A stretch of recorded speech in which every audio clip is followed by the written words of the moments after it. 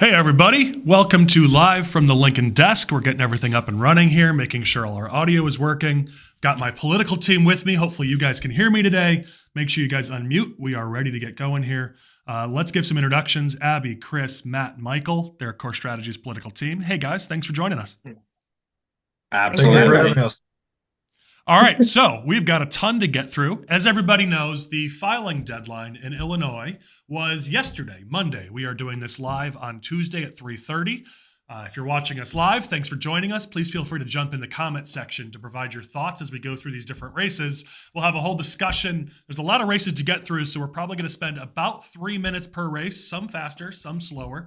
If there's a lot of good discussion, we might give it a little extra time. If you're watching this after the recording, which is what most people do, as much as we like to have fun with the live, I know most people watch it afterwards. Feel free still to put some comments in or maybe contact us if you've got some thoughts. We always love to hear from you all. And the information we're going to share is as of today. Today being the first real day after we know which candidates are on the ballot, December 5th.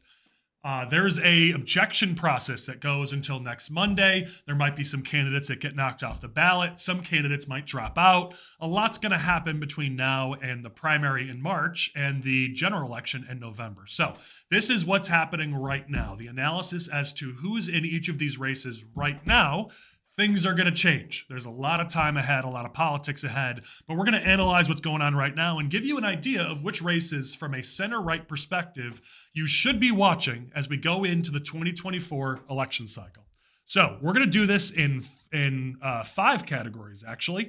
Actually, you know what? Let's see. We're going to do it in 4 categories. I can't count.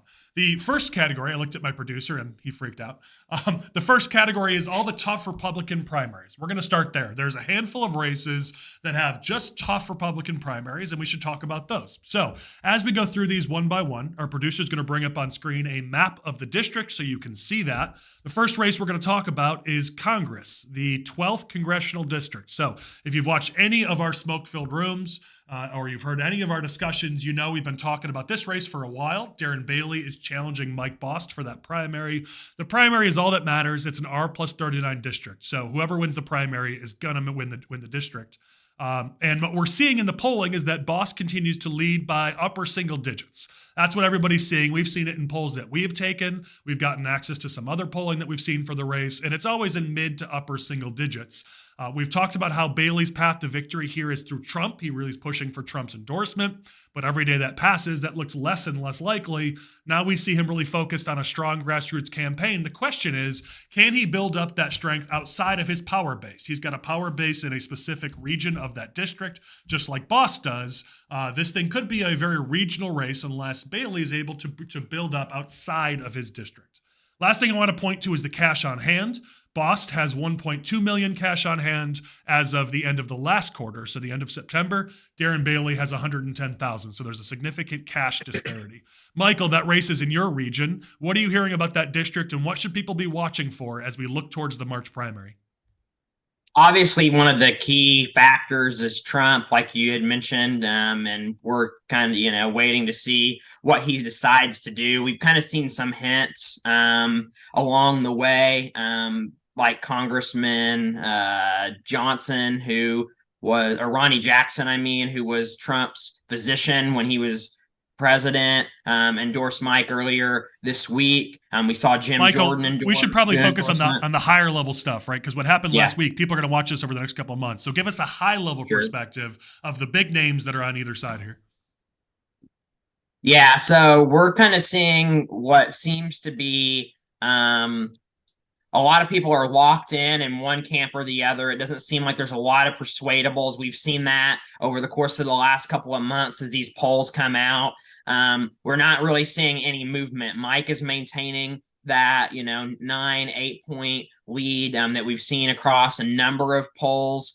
And Bailey seems to not be getting a whole lot of traction. You see that in the fundraising numbers where, he's putting up pretty small dollar amounts, whereas Congressman Bost has raised consistently, $500,000 or so each quarter and has over $1 million cash on hand. So Darren's, if you kind of watch Darren's social media, there's a lot of Hail Marys, a lot of kind of let's try this attack out and see if it works. They seem to kind of be taking a death by 1,000 cuts type approach, as opposed to, kind of having a trump card per se. Was that pun intended? Because if it was, that was pretty awesome. Pun intended. Yeah. I mean, listen, as we've talked about, this race really goes through Trump. If Bailey gets the Trump endorsement, that's going to propel him possibly into the lead, but at least into a tie. Whereas if Bost were to get the endorsement, the race would be over. If Trump stays out of it, as you said, Bost seems to have a bit of an advantage, but Bailey has strong grassroots. It's always what he's been known for, so you can't count the guy out. But Bost has the money advantage. Certainly, as you've identified, he has endorsements. He has a lot of party support out of D.C. and locally. So it does seem like Bost is the front runner in this race, but Bailey is within a striking distance and certainly can't be counted out with 3+ months to go in this race. One thing that I would say that was kind of, we saw it, even after the primary last time when Bailey ran for governor, and we're kind of seeing that similar issue now, is that Darren does a good job of aggravating people that unnecessarily, like encouraging primaries of precinct committeemen and things of that nature that, push people even more into the Bost camp. So if he continues to make mistakes like that, that's going to make his path continue to make his path harder. Well, and then to that point, some of the primaries we're going to talk about next are primaries that Darren Bailey and his Freedom Caucus have put together and pushed, which is only going to anger some of those people that maybe he needs on his side if he's going to win his primary. So the point you're making is a valid one, that these are professional bomb throwers, and sometimes throwing bombs helps you and sometimes throwing bombs hurts you. The question will be, in this congressional race, do these bombs help or hurt Bailey? We're going to find out in the next couple months. Anybody have any closing thoughts on this race before we go to the next primary? All right, everybody's happy. Michael did a good job in analyzing it. All right, let's move to another race in that district. We're going to talk about the Senate District 58. This is Terry Bryant. She's the incumbent. And again, another very Republican district, so all that matters here is the primary. Bryant is being challenged by Wesley Kash. Bryant's a very strong retail politician. She's really well liked in the district, but Kash has proven already to be a bit of a hard worker, so it looks like he's going to make this a race. Michael's going to tell us in a second that Kash does have a bit of a personality that tends to turn some people off, which is going to be an impediment for him in this race. But he's got money. Kash has got $300,000 in the bank, mostly or all from family. The Bryant is no slouch. She's got $127,000 in the bank as of the end of Q3. She's raised about 30,000 cents in A1s. So this is going to be a big money race. The question's going to be who's going to come out on top. Michael, what are you hearing about that race?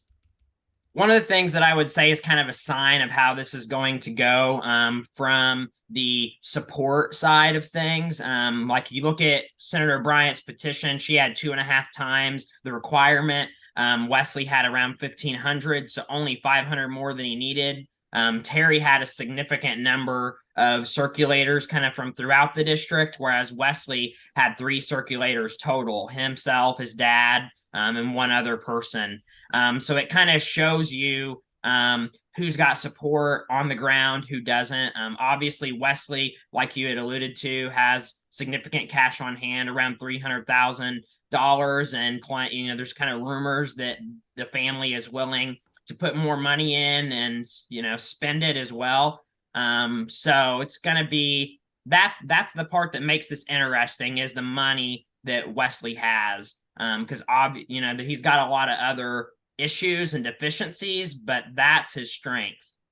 Yeah, I think the interesting thing is when it comes to politics, especially in a state representative primary, there's something called the rate of diminishing returns when it comes to money. At a certain point, you're fully funded. Another 50, 100, 200,000 just means more TV ads and more digital ads and more mail when people are already annoyed and sick of seeing your face. So there's a certain point where when both sides are fully funded, whether Kash has 300,000 or 600,000, I don't know that that's going to make much of a difference. It looks like Bryant's going to be fully funded to get her message out there. And so my question then becomes, yes, Kash can raise his name recognition with all of his money. Can he get actual community support? Can he get grassroots support? He's definitely out there working. His dad is out there with him.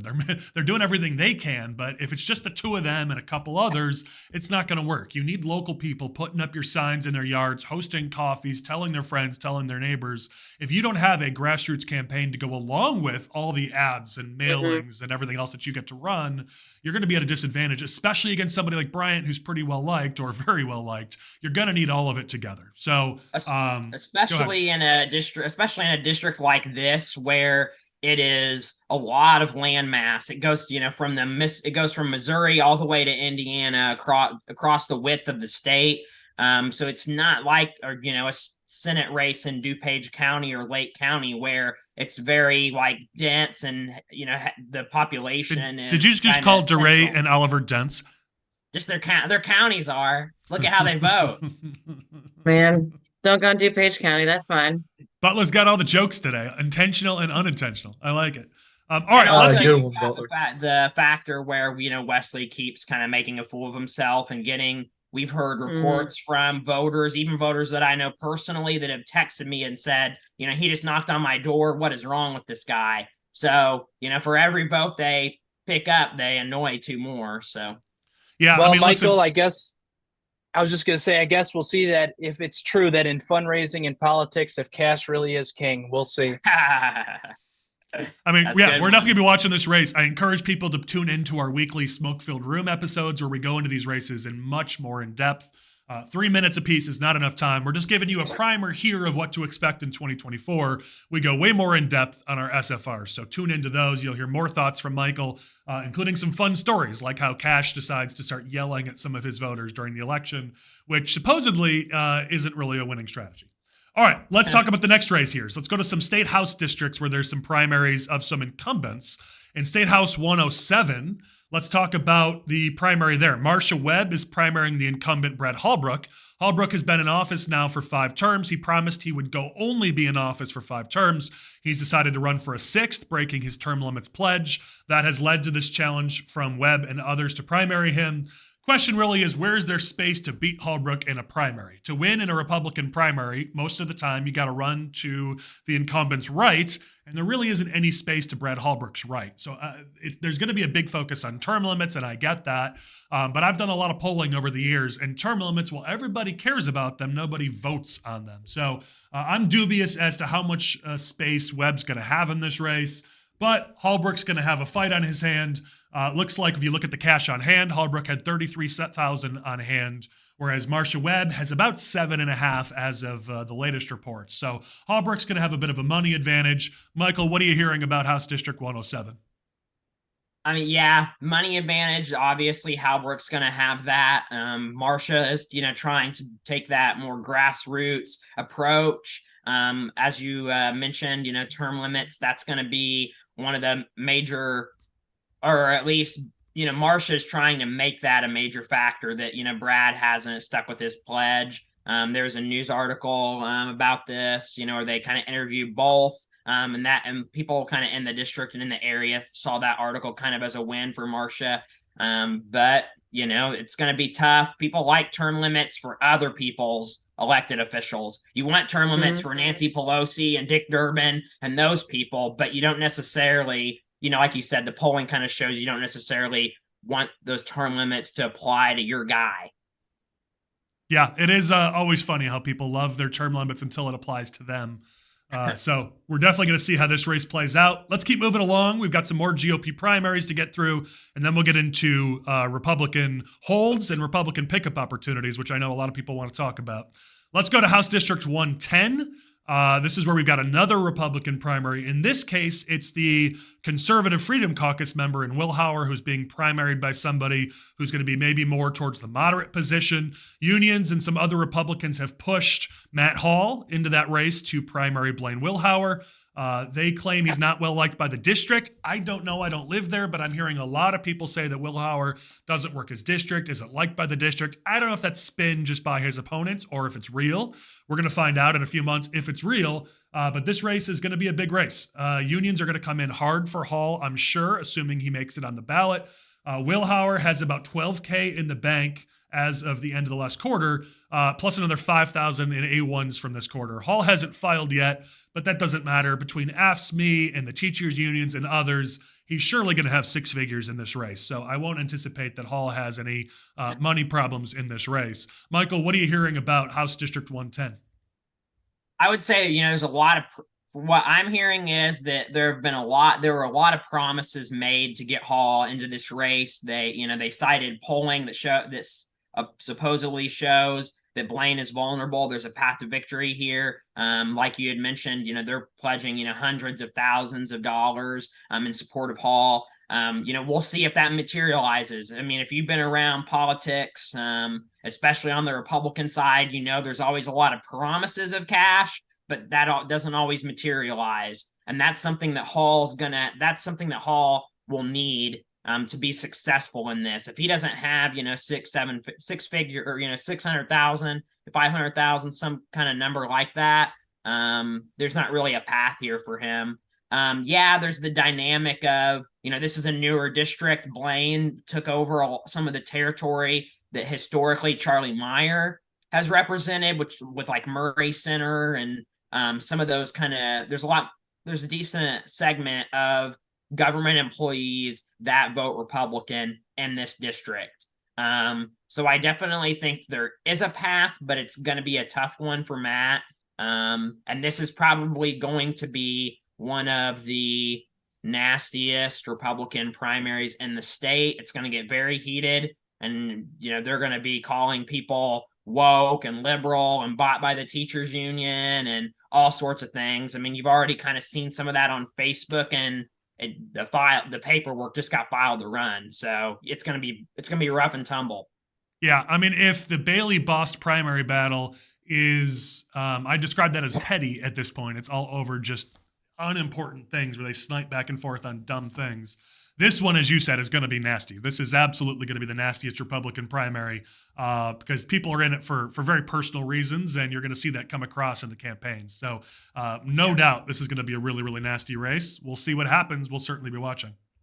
All right, let's go to House District 116. This is where another Freedom Caucus recruit, Angela Evans, is running against an incumbent Republican, Dave Severin.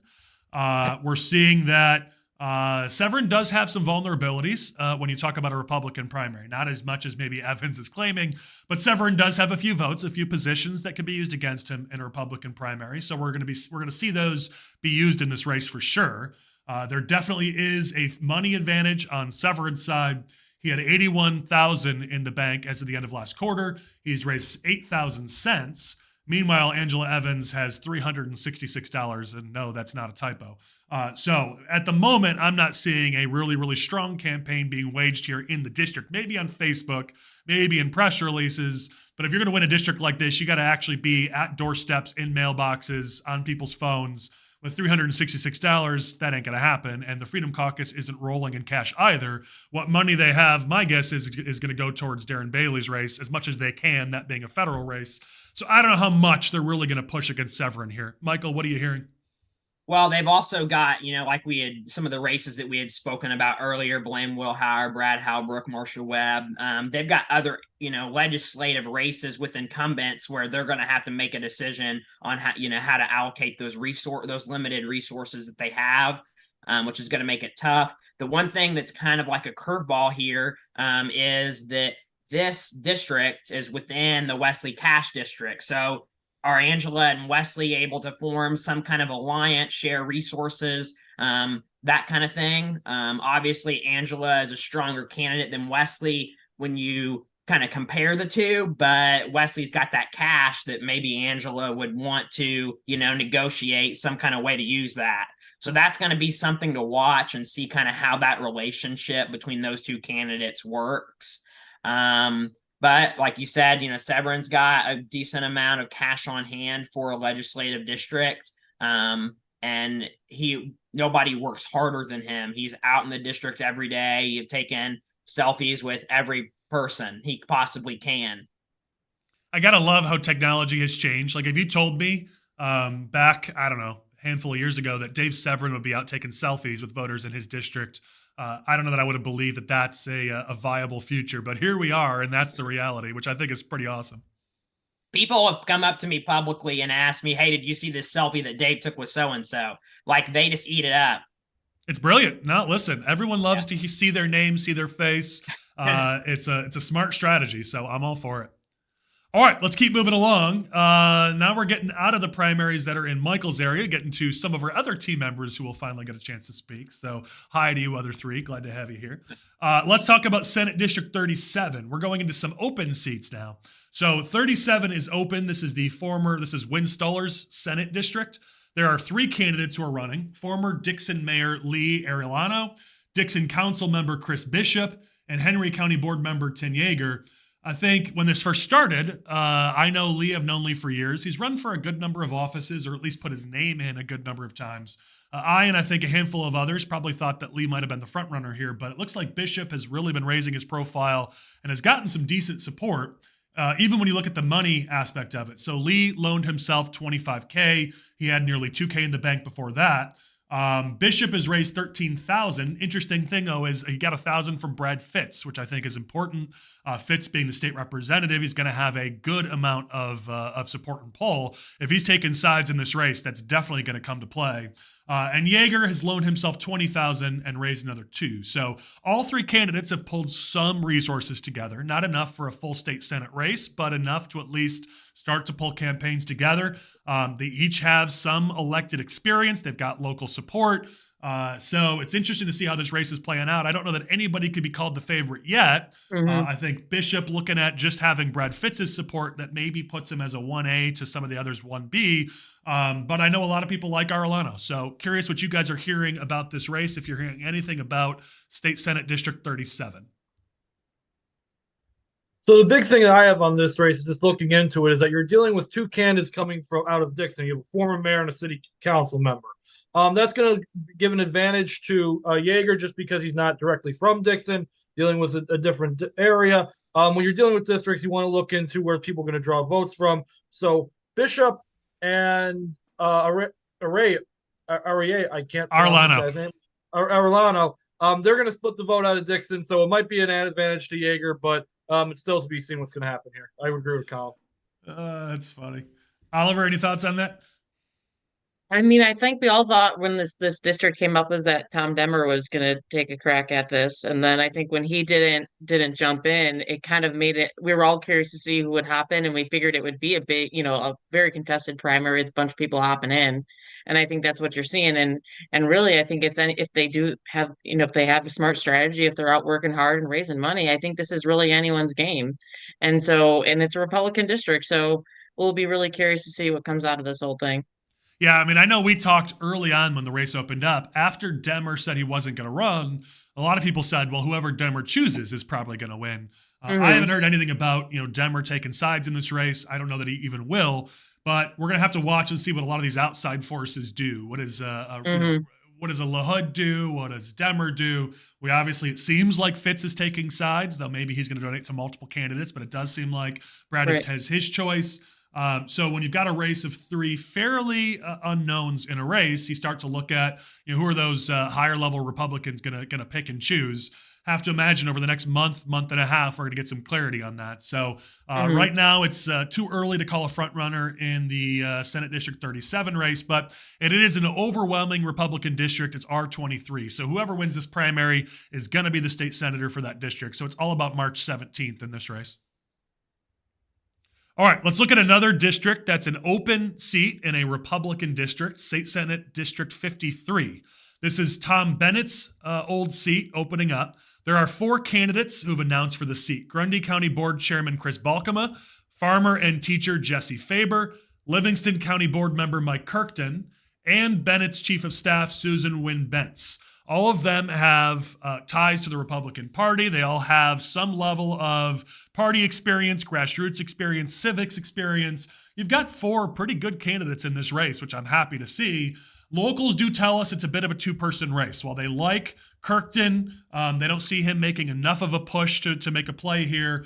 Everyone likes Bence as the former head of the Republican statewide organization, the Republican Federation of Women, as Bennett's chief of staff, and she is just a really likable person. The challenge is she hasn't shown a lot of chops in fundraising, and while people really, really like her so far, until she shows she can pull together the money to make this a race, they're not putting her in that top tier. They're really saying right now it's Balkema and Faber. Last thing I'll talk about is the money race. Balkema had $8,300 in the bank as of the end of last quarter. He's raised 13,000 cents.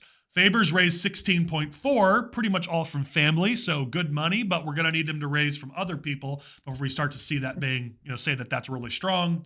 Kirkton has about 6. Bence hasn't filed her paperwork at all yet. So that gives you an idea of the money battle here. Even within money, it looks like Balkema and Faber are stepping up above the other two. What are you guys hearing about this race in Senate District 53? Frankly, I'm just happy that it didn't turn into as big as a clown car as we were expecting coming into filing day yesterday. There was talk as many as 7 or 8 candidates jumping in this race, so I'm glad we're down to 4. I'm hearing similar things to what Collin is. It's really a race. I mean, Balkema is seen as a front runner. It's going to come down to money and geography like all races do. I think Balkema has a little bit of an advantage just because he's coming from the Grundy side of things. There's a little bit more densely populated, a little bit more people. This is a big district. Goes out to Peoria, goes out to North Bologna, even goes out to a little bit by Champaign.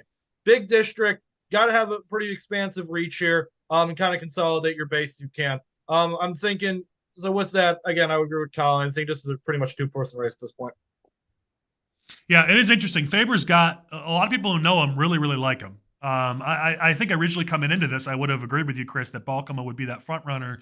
It's just I hear so much chatter about Faber that I want to see how these next couple of months go. I want to see how the Q4 fundraising reports look on January 15th. I want to see kind of how they each pull together their campaigns. It's really early now. If I had to put money on somebody, I agree. I would probably say it would lean towards Balkema. He did come out the gates really, really strong. It's just interesting to see. Faber has not served an elected office like the other 3 have. But he's really well liked, really involved in the community. It's going to be interesting to see if he can parlay that into votes versus just people saying nice things about him on social media. So we're going to be really watching that race. It's going to be an interesting one. All right, let's move to another open seat state Republican primary, this one being for the House in District 88. So we've been talking about this seat on the Republican discussion boards, and everyone's been talking about this for a while. This has been open for a bit. So Dan Calkins is not running for re-election. There are 2 candidates who are running for that seat, Reagan Deering and McLean County Board member Chuck Erickson. Deering is the party's pick. She has been really close with the party, with a lot of the party infrastructure, party leadership. She's been very present with the Illinois Republican Party, with HRO. It's pretty clear that she's been their choice for a while, especially since they helped recruit her into the race. And she's got a lot of potential, so I don't say that in a negative way. Chuck Erickson isn't going away without a fight, though. He's got a lot of local experience. He has some really good relationships there in McLean County that has a pretty good chunk of the votes with Dan Brady and Bill Brady. So I would definitely not count out Chuck Erickson. But certainly at this point, you've got to say that Deering is the front runner, especially when it comes to money. She has $71,000 on hand as of the end of the last quarter. She's raised about 7.5 cents. Erickson had $10,000 on hand and has raised about 10.7 cents. So Deering has about a 4-to-1 money advantage in the race. I would imagine that would only continue to grow. So would have to say Deering is a front runner for that 88th district. It is another very Republican district. It's R29. So whoever wins that primary is going to be the state representative. What are you guys hearing about HD 88? Definitely strong fundraising numbers by Regan Deering, which is good to see. And you've got this factor where, Dan Calkins has been very supportive of Regan. He's kind of the outgoing member for this district. But this district also has some overlap with what Dan Brady represented when he was in the legislature. Dan Brady considering running for this seat, decided not to, put his support behind Chuck Erickson. So you kind of have this interesting dynamic where, the current and former legislator for these voters are on opposite sides of this. So we're going to kind of see it. This is kind of a test to see who has more pull, who can kind of sway voters. It's going to be interesting for sure. But Regan is definitely the favorite here. Yeah, I mean, definitely the wild card is going to be what happens with Brady. He is really, really well liked in that region. And depending on how hard he comes out in this race for Erickson, that could have an impact. Without that, I think it would be a safe bet to say Deering would pull this off. Erickson just doesn't have the level of campaign apparatus that Deering does, or the fundraising capacity. But that wild card there is the Brady connection. And really, it's almost impossible to gauge until Election Day what that's going to mean at the ballot box. So we're all going to be kind of wondering until March 17th just how much of an impact that will have.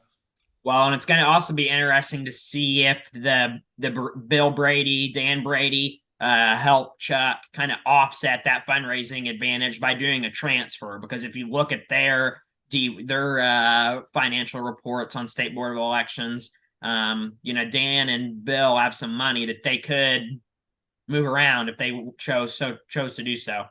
Yeah, absolutely. Definitely worth watching.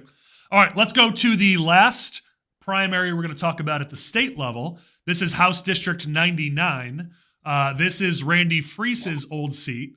For a while, people believed it was really just going to be Kyle Moore, the former Quincy mayor, who'd been talked about for a long time as somebody who has a lot of potential in the Republican Party. But it's actually going to end up being a primary. Businessman and Cass County board member Eric Snellgrove, who warned us that he was going to run months ago, yet all of us forgot or just didn't pay attention because I saw the news articles from months ago that he said he was running, but I guess we all forgot. But he's in the race. He's officially filed his paperwork to run. Moore has about 18.5 in the bank. Snellgrove has not filed his financial disclosure, so I don't imagine he's had a chance to fundraise yet. Moore is going to be the party's pick in this race, most likely. He was already the party's recruit in the first place, but it looks like we're going to have a primary. Again, a very Republican district. It's R39, so whoever wins this primary is going to be the state representative there. Anything you guys are hearing on House District 99? Nothing? We covered it? Yeah, you All right. covered it. I think that's good.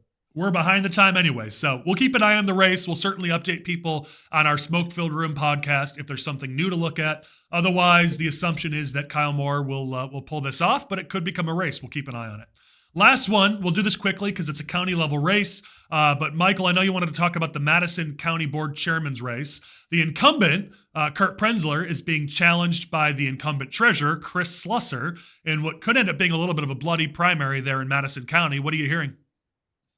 Yeah, so we got this, interesting dynamic here. Incumbent treasurer challenging incumbent county board chairman. Kurt Prenzler had a little bit of a snafu with his petitions and kind of hustled at the last minute to get those filed. But this is the kind of the matchup in the region and definitely a race to watch. Kurt's administration has kind of had some issues with poor hiring decisions that resulted in kind of some financial losses for the county and settlements and, unnecessary, like rampant FOIA requests, those kind of things. So he's burned a lot of bridges, aggravated a lot of people. Chris Slusser is raising significant amounts of money, and people that historically gave to Kurt are now giving to Chris. So this is really going to shape up to be a dogfight, I think. And you kind of see that in the fact that Kurt has recruited primary challengers to other county board members as well as some of the county-wide. So this is kind of having a ripple effect. But this is, R+15 kind of over after like a lot of these other races we've talked about. Primary is kind of the end of it. The Democrats did not run any candidates countywide in Madison County this cycle. So unless they slate somebody, this ends on March 19th. Yeah, interesting to see on the money side of it. Prenzler has decent money for a county candidate at $42K in the bank, but Slusser's got about 56, including $10K from Plummer, which I found super interesting. So Slusser's going to have the money to compete, and it looks like he has some party support in this race. People are just kind of tired of the bullshit. It's like, let's actually get somebody in there that's going to do the job and do it well. Interesting. Well, we'll keep an eye on it.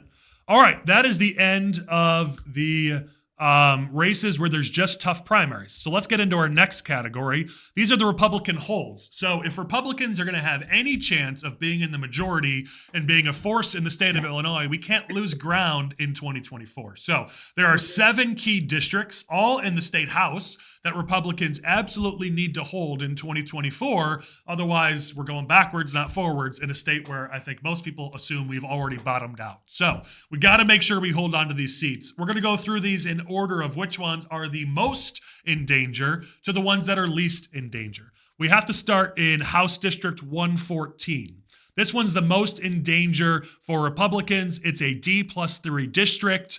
Democrats openly admit they dropped the ball in this district. They don't believe they ever should have lost it. They did not give it the attention they should have. Republicans in the area, including, of course, the candidate who won it, Kevin Schmidt, completely shocked them, shocked all of us, ran a great race and beat LaToya Greenwood. Well, Greenwood is back. Here's the thing, Schmidt won by 6% last time, and even locally, Republicans do very well locally, winning by 6%. Or around that number. It's really just at the federal level and sometimes at the state level where Democrats tend to do well, where they win by 7 and in some cases as much as 14%. So it's actually a bit of a swingy district, but this isn't as Democrat of a district as I think the left wants you to believe. Yeah, it probably fits in there at D3. Schmidt being the incumbent, though, automatically gains 3 points, which means this thing is a dead heat. It is break even. The challenge here is that the Democrats are going to put everything into this race. They're going to put all sorts of money into the race. LaToya Greenwood is not a great fundraiser. She's only got $33K in the bank, despite the fact that the Dems have been sending her cash, a lot of cash. On the flip side, though, Schmidt, he has improved his fundraising as of late. He's definitely working very hard, but he's never been a giant fundraiser. He had $14,000 in the bank at the last quarter. He's raised 8 cents. So the money is going to have to come from outside. The party is going to have to pony up if we're going to keep this district. And it's the top hold district for Republicans. This thing's going to be multi-$100,000 races on both sides. Probably the most amount of money that's going to be spent in any state house district is going to be here in 114. What are you hearing, Michael? So kind of if you look at last cycle towards the very end, look at those in-kinds and those kind of things. Kevin Schmidt's campaign kind of was like duct taped together, and there are all these outside groups coming in and putting, mail here or, letter to voters there, some digital ads over here. It was very like bootstrap, kind of piece it together. I think this time, people are going to be more prepared to kind of have a full-on plan. So that'll help Kevin. If you look at what's the fundraising numbers that LaToya has put up, since she lost, not strong numbers. Obviously, it's tough to raise when you're no longer the incumbent. And then you look even closer at where some of that money's coming from. A lot of it's coming from other state reps, and they were basically all from like Cook and Lake County. So she's not getting that local support. I think people kind of locally are like, hey, retread, not really that interested, especially considering how hard Kevin's worked and, been out in the district and he's been doing the things that he needs to be doing. I think that, Kevin kind of has the slight advantage here right now, but obviously a lot can change in the next 10 months. Yeah, listen, that whole region has been trending further and further away from Democrats in recent cycles. So this is a continuation of that trend. And it's always funny. I've been doing politics a long time, and there are always just a handful of those people that just defy reality, that you go, how are they winning? And yet they always seem to win. Kevin Schmidt just gives me that kind of impression that every cycle we're going to have this same conversation that Kevin Schmidt is in trouble, and yet every cycle he's just going to magically pull it off. He just has that aura about him of just being somebody that nobody can ever figure out. I do know that 2 years ago, black turnout in a lot of the regions of that district that Greenwood needed high turnout to win was at a record low. So the question is going to be, can Democrats figure out how to get black voters to the polls in that district and in a number of other districts throughout the state? If they can't, they're going to be in trouble. And what we saw in 2023 in Chicago was that they continued to have struggles getting black voters to the polls. So the more they continue to go left, further and further leftward, the more they're losing some of those more socially moderate, socially conservative black households, those more traditional African-American households. And so if those problems continue, then I don't see what Greenwood's path to victory here is going to be. But it's going to be a really, really tight race. And if Democrats pick up any seats, this is probably one of those that you would look at as one of the most likely where they have the best chance to do it. So it's going to be a hot race all the way through November. All right, let's go to the next best potential pickup opportunity for Democrats. That's House District 104. This one is Mike Marin's district. It was never going to be in play with Mike Marin in the seat. He was very, very well liked. He was a great candidate, but with him stepping out, now it's a race that's potentially in play for Democrats. It's on paper a bit of an R4, but you've got some problems with some of the Republican candidates statewide. For instance, Trump lost by 4, which isn't super bad compared to some of these other districts we're talking about. Marin won it by 8. So it is still a Republican district, and it's still one that I would say we're favored to hold on to. Interesting to talk about. We'll talk about on this week's SFR when we do it in a couple days, but there was going to be a primary in this race, but there isn't anymore. We don't have a lot of time, so I'm not going to jump into that just because we're trying to spend only 3 minutes per race. This is going to be a one-on-one race based on filings. Brandon Schweitzer, who's really well liked by a lot of the local Republican leaders. They describe him as an up-and-coming Republican, someone with a really good background, with really good talents. We'll see. I've never met him, but a lot of people are really excited by him.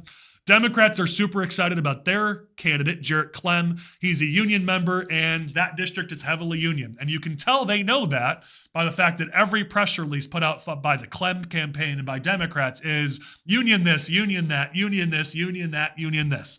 You know what their strategy is going to be. They have already telegraphed it a year before Election Day that it's going to be all about union, union, union in this race. Let's see if Republicans can deal with that strategy. Clem has already gotten $25K from the unions. I've got to imagine this is just a down payment on the money he's going to get. I'm guessing he'll have hundreds of thousands of dollars of union money, let alone Democrat money in that race. That said, again, it's a Republican district. It is definitely not a Democrat district, though it is a bit swingy. Let's see how this race plays out. Anybody have any thoughts on House District 104? I would just say, one, it's a good sign that the Republicans were kind of able to coalesce behind a candidate before the petition filing deadline. That way Brandon can just focus on the general election and, allocate all of those resources there. Kind of hearing feedback from, kind of the more establishment folks, as well as some of the Freedom Caucus type folks that, they're happy with Brandon as a candidate and are going to be 100% on board. So there's not going to be that fraction that, we see in some of the other districts, which is also a positive sign. He's a Marine. You never say retired Marine. You always say, because once a Marine, always a Marine. So that's a positive as well. That's going to be something that's going to appeal to voters in that district. Obviously, you kind of got that curveball with the union element and how much money they decide to put in. But I think that, R+4, R+5, it's going to be tough to flip those kind of people in a presidential year. It's going to be tough. Yeah, we'll see. I mean, again, I think Democrats are looking at any district that Biden won in 2020. So, of course, they're going to play in some districts like this, but Trump only lost by 4. And we see every Republican on the ballot overperforms Trump in these districts. So if Trump only lost by 4, Marin won it by 8. This is definitely not a blue district like they're claiming that it is. I think Republicans come into it in a solid position. And as you said, we've definitely unified around a single candidate that can only help our chances moving into the general. Yeah. All right, let's look at another district here. We're going to go to House District 47 up in Oliver's region. This is definitely a swingy district. Now, we're getting into some of those districts in the suburbs where Trump is a significant disadvantage. He lost this district by 12, but otherwise, Republicans actually do pretty well in this district, winning by 9. You can see that's a 21-point swing between local Republicans and Trump. And so there's a big disparity there between the top of the ticket and the rest. The issue is Amy Grant, who's the incumbent, she doesn't tend to overperform. She's not one of those candidates that really wows people with her campaigns, raises a lot of money, is really out there. She wins. I got to give her credit for that. But because she doesn't overperform like some others, she's drawn a tough challenge here. Jackie Williamson is back for a second go. And Democrats this time are claiming that they're going to bring money into this race. They didn't last time. They really didn't push hard last time. So Grant is definitely going to be in for the toughest race that she's had. She's got $14K in the bank. Williamson has only got about 4.5, so the Democrats haven't started spending yet. This is overall about an R5. It might play closer to an R2, R3 in a presidential year, but again, it's a Republican district. even with Trump at the top of the ticket, you've got to say the incumbent Grant comes in as the front runner, but she's going to have to run the best campaign she's ever run. What do you think, Oliver? So you were just talking about Kevin Schmidt earlier, and you're saying he just finds a way to win. And I think that's just how Amy Grant is as well. Like every year you look at it, you're like, well, she doesn't have a lot of money and she just doesn't overperform, but she always wins. And you're not, and she works her district. I'll give her credit. Like she's a little kooky, but she works hard. She knocks doors. She's a great retail politician. And like you said, she just kind of continued to do that plus more to win this district. I think her opponent, like you said, this is her second go around, and she's real up and comer in DuPage Democrat circles. So it'll be an interesting race. I think again, Williamson, she also has a lot of a good apparatus around her. So she's gonna have money and body. So like you said, Amy's just gonna have to work her butt off to make sure we don't lose this last fully Republican state rep district in DuPage County. I would just say it's tough with retreads. You can try it, but you can't just keep running the same people for the same office, you know? It's like you're having to convince people that they made a mistake last time by not voting for you. It's like, yeah, well, that's tough. It's interesting. It's interesting, Michael. Sometimes that's the case, and sometimes you got to run twice to win. Sometimes it takes that to get your name out there. Williamson was appointed last time. She was in the race for a very short period of time. I don't really know that you could say that she's been out there running for office multiple times. There are definitely some retreads in this list.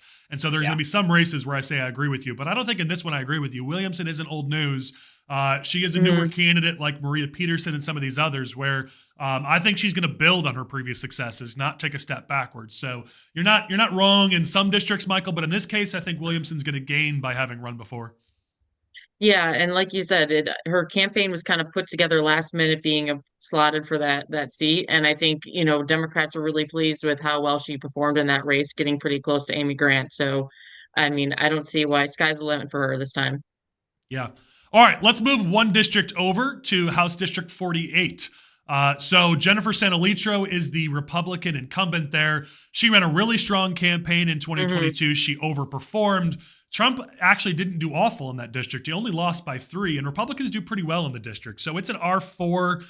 Maybe the presidential, it plays a little bit more swingy than that. But Sanalitro always has shown that she works hard. She raises money. She performs well. Money's definitely got to be on her holding on to this, but she's going to have a race. She's being challenged by Maria Vasey. I may be saying that incorrectly. Not a super well-known candidate. I don't know that Democrats are going to push hard here. They may push a bit. Their strategy tends to be push and then pull and then decide if you go all in. So my guess is you're going to see them put money in a bunch of races as we get into next summer and then do some polling in the fall and then pull back. And I'd predict this will be one of those races they probably end up pulling back on just because Sanalitro does have a history of working hard, but she's going to have to work hard. I have no doubt that she will. Yep. She'll also raise money. She had $34,000 in the bank at the end of last quarter. She's raised 10,000 cents. So she's raising a decent amount of money for a House district. So you got to say she's the favorite here. But if we're going to take the state back, we're going to have to build a giant wall at 47 and 48. We can't lose any of these districts because we got to be focusing on picking up seats. So Republicans are going to really be counting on Sanalitro to mount a strong campaign without needing a lot of outside money because we got to put that money into our other holds plus some of these pickup opportunities so we can start to pick up ground in Springfield. Look, I think Jennifer's going to be fine. Everyone's talking about this race like we have something to worry about, but I really think she's going to be fine. Like you said, you can't take anything for granted. And I think that's very much if you meet her, that's very much her mentality. She's a hard worker and she doesn't take this position for granted. And it's worth noting that she's backed by State Senator Seth Lewis, and I think he has probably one of the best grassroots operations here in the suburbs. And with that type of operation behind her, I think she's really going to be fine. Again, nothing for granted, but if she raises money and continues to get support from the people she did last time, I think this is going to be a hold for Republicans. All right, let's shift over to House District 79. I do not understand this district at all, meaning Jackie Haas is the incumbent, and for whatever reason, a whole bunch of Republicans have been lining up to challenge her in this race, or Democrats have been lining up to challenge her. There's 5 Democrats who have filed to take her on in this race, and I don't really understand why. Not only is Haas a strong candidate, it's about an R7 district. Trump actually won the district by 1. And yeah, Ronner underperformed, but most Republicans do well. Haas won it last time by 17. So why Democrats are rushing to challenge her, I really don't understand. Haas has $59K in the bank. She's raised 7.5 cents. I don't get it. But Democrats are lining up here to challenge. They've got 5 candidates. Really, it's down to 2, I think. Geneva Walters and Billy Morgan. Those are the main 2. There's Kirkstra, Mill, and Ellington-Snipes. They're also running. But Geneva Walters is the Democrats' choice. She's who they recruited into this race. But Billy Morgan is an old Pat Quinn guy. He's raised a bunch of money. Walters only has 3.5K in the bank, whereas Morgan has 26. So he's raised money. He's a grassroots guy. Even though Walters is kind of the party choice as a female, as an African-American, I would have to say Morgan at this point is probably the odds-on favorite, but it's going to be a tough race on the Democrat side.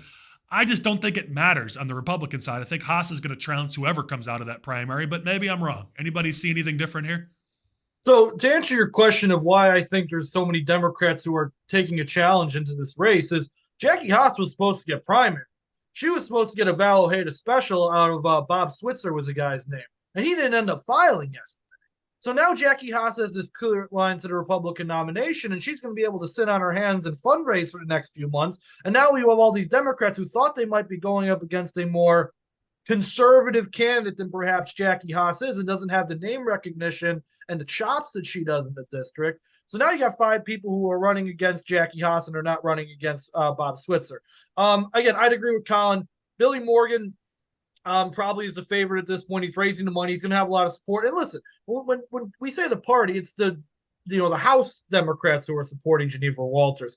There are Democrats in the district who are supporting Billy Morgan. He's already got Natalie Manley's endorsement. He's going to get pretty much every county Democrat. Will County will probably endorse him because he's a member of the Will County Democratic cabal and all those guys. So Billy Morgan will probably come out of that primary, and then Jackie Haas will beat him by like 10 points, and we'll call it a day. All right, let's keep moving. 2 more districts that people claim are in play for Democrats. Maybe, probably not, but we got to talk about them. So let's move to House District 52.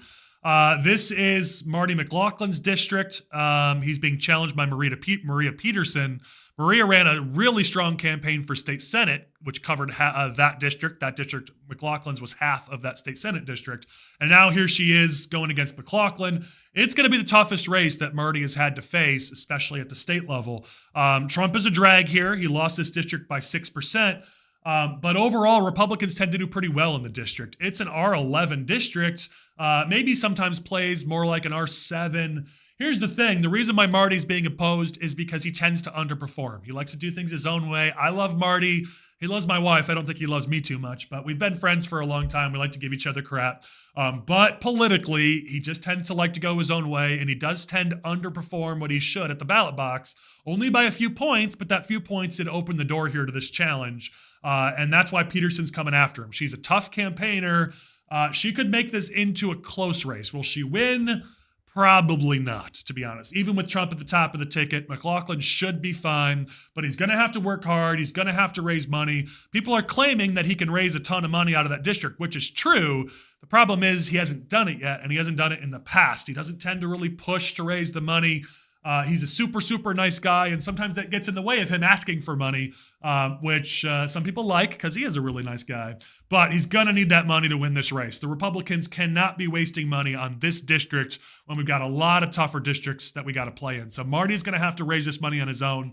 He's got $61K on hand right now. He's raised $7,000 since the end of last quarter. Peterson has 38. She's raised 2 cents, 2,000 since then. So it's going to be a good money race. Ask you, DeRay, what do you see in House District 52? Yeah, and I'm glad, Collin, that this is on the lower end of the GOP hold on the list because there's not many seats that we can hold up in Lake and McHenry and Cook County. So I'm glad that we don't have to be too worried about this. But at the same time, it was a little alarming that last cycle, in what should have been a really Republican year, he only won 52% to 47.5%. So, and Maria Peterson is a strong candidate. She ran against Dan McConkey last cycle, which that Senate district is fully encompassing in this House district. So we can assume she has some name recognition, already has some grassroots infrastructure built up. And as we've seen in the past few cycles, no seat is safe that's kind of teetering on the edge. We can't write off any seats completely because lightning can strike in a bottle, and especially in the way that things are going this cycle, it'd be a shame to lose this seat. One thing that Marty actually said that really stuck with me, and I think is very applicable to this seat, is one thing that incumbents can do to help other swing district candidates the most is just to run up the numbers in their own district. And I think this is a prime example, because if you run up the numbers in your own district, you have a strong showing. Then donors and in Republican parties, they don't need to worry as much about you, and they can focus on those swing districts. So this will be one to watch. I'm not too worried, but Marty still needs all the help he can get. Well, and it's going to start with Marty, right? He needs help, yes, but we need to see him kind of mount a really, really strong campaign here. He's capable of it. He did it to win that mayorship. He's got it in him. We're going to need to see the best game Marty can play here, because as you said, Matt, it's just we really need him to step up in this race. I think he can do it. I think he will do it, but he's going to have to do it. All right, last whole district before we get into some of our others. I know we've got some of our people who are in the comment section. Thank you for asking about certain races. We're going to get into the Republican pickup opportunities next, and there's some awesome races to talk about. So stick with us there. Last whole district that we have to make sure we hold so we don't lose any ground in 2024 is House District 82. This one is a bit of a formality, but we just got to talk about it briefly. We're talking about this district because it was an open seat. Nicole Laha will likely be the incumbent there. She'll likely be taking over. We're still going? All right, my tech guy is saying it's still going even though he's messing with the camera, so I have no idea what the heck's going on, but I'm just going to keep talking. Nicole Laha is the incumbent in that district because she's going to be appointed to the seat. Trump won it by 2. Looking at the race, it's like an R15, to be honest. So assuming Nicole Laha acts like an incumbent, builds relationships, she should be fine. Chris, Abby, you hearing anything else different in 82? No, I mean, Nicole Haas is going to run away with this thing. It's amazing to see how she's consolidated the Republican Party around her in this throughout this district. She's getting a lot of support. She's a great candidate. This is a very weird district. There are parts of this district that have trended to the right over Trump, that like Trump, Homer Glen, Justice, Hickory Hills, those types of areas. And then there's some more suburban areas. Talk about, the snowflakes in DuPage County. How's Trump going to affect them on the ballot this cycle? I think Nicole Howe will be fine. She's a phenomenal candidate. I expect her to run away with this thing. But again, we still have to worry about DuPage like always. Proud snowflake over here. Anyway, so what's coming out? We can probably get into this a little more on our podcast on Thursday. Reports are coming out that Agofsky is actually going to be resigning from that office a little bit early, and they're going to appoint Nicole Haas. So she's going to have a head start on name ID that other candidates are not going to have. So unless like the sky falls and a meteor hits Earth, I think she's going to be fine. Yeah. All right. That is the end of our hold section. So great. Now we've avoided losing ground. Let's talk about picking up some ground because I'm sick and tired of losing in this state. So let's talk about some wins that we can hopefully find.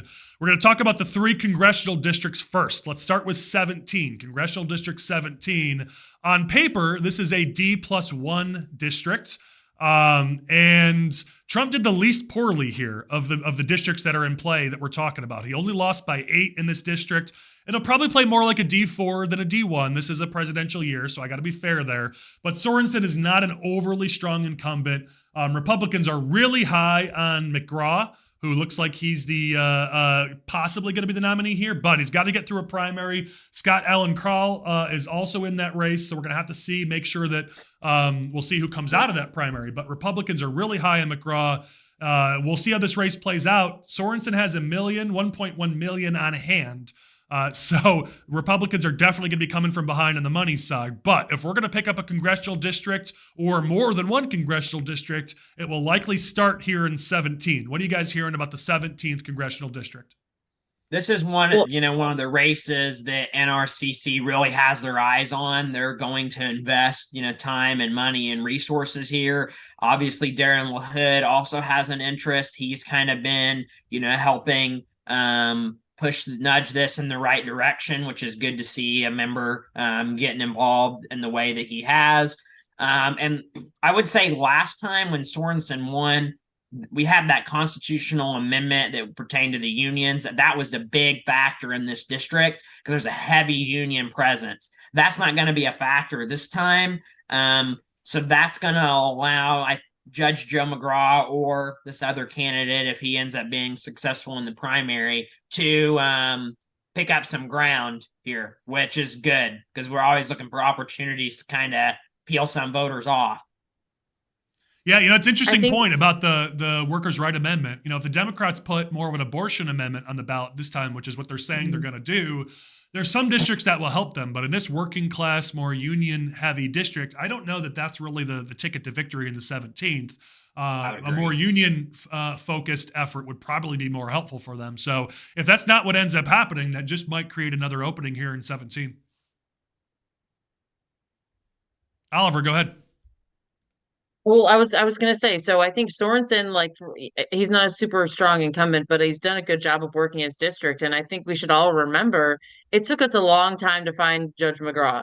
I think we went through a lot of candidates and tried to recruit a lot of folks before we landed on, the party's pick. And obviously there's other candidates in the race. So I think Sorensen has that inherent advantage for being an incumbent and raising money and doesn't have to worry about a primary. So I think, Esther Joy King took 2 swings at that district and it was not successful. And I think with Trump on the ballot and it being a presidential year, I think it's going to be a tough climb. Yeah, I don't know that we're going to say that Republican is favored here, but yeah, we got to start talking about pickups, right? We got to start talking about picking seats up.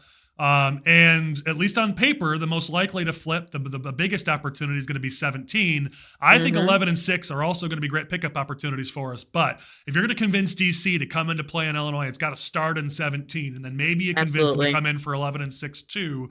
But it's going to be here in 17 that it would be the tip of the spear. So to be honest, we need these Republican candidates to step up. Because if we're going to get the RNC, if we're going to get the NRCC to bring resources into the state to help our candidates, they're going to look at 17 first. And I've got to imagine if 17 does not go our way, if the polling does not look good in 17, you're just never going to be able to convince the DC to come in for these other districts. So we really need to look good and do well in 17.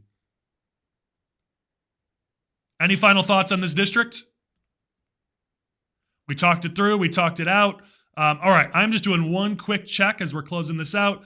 Yeah, okay, good. We're make sure we weren't giving anybody inaccurate information. All right, on to the candidate list in the 11th. We've got a lot of interest in the 11th congressional district. It is going to be, and I think another big race. This is a district I've talked about a lot for like 2-3 years.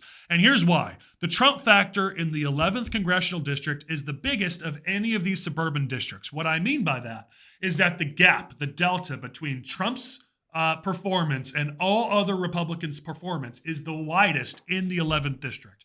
What that means in layman terms is that Trump is the most disliked in the 11th district of any of these suburban districts that we may want to talk about that are in play. So Trump being the nominee or not being the nominee matters the most here in the 11th district. We have to assume Trump will be the nominee. That's going to be a challenge for whoever comes out on the Republican side. Trump lost this district by 15. Rauner only lost it by 3. That gives you an idea of that disparity. On the local level, some Republicans even actually win within this district. As a matter of fact, a lot of Republicans actually win throughout this district. So it's just a huge delta, like a 25-point difference here between how Trump does and how Republicans locally do, which is why on paper, this thing's not really a heavy favored Democrat district, despite the fact that Bill Foster, the incumbent, tends to win by pretty good margins. At the local level, this is only a D1 to a D5.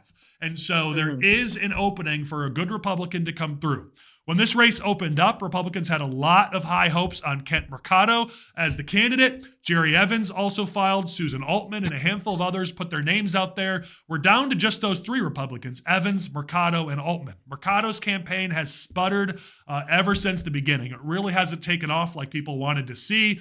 He's a great candidate on paper, but we have seen this time and again where good candidates on paper don't actually become good candidates in reality. Unfortunately, Mercado is showing a lot of potential, but has not tapped into that potential. Meanwhile, Jerry Evans has run a really, really strong campaign.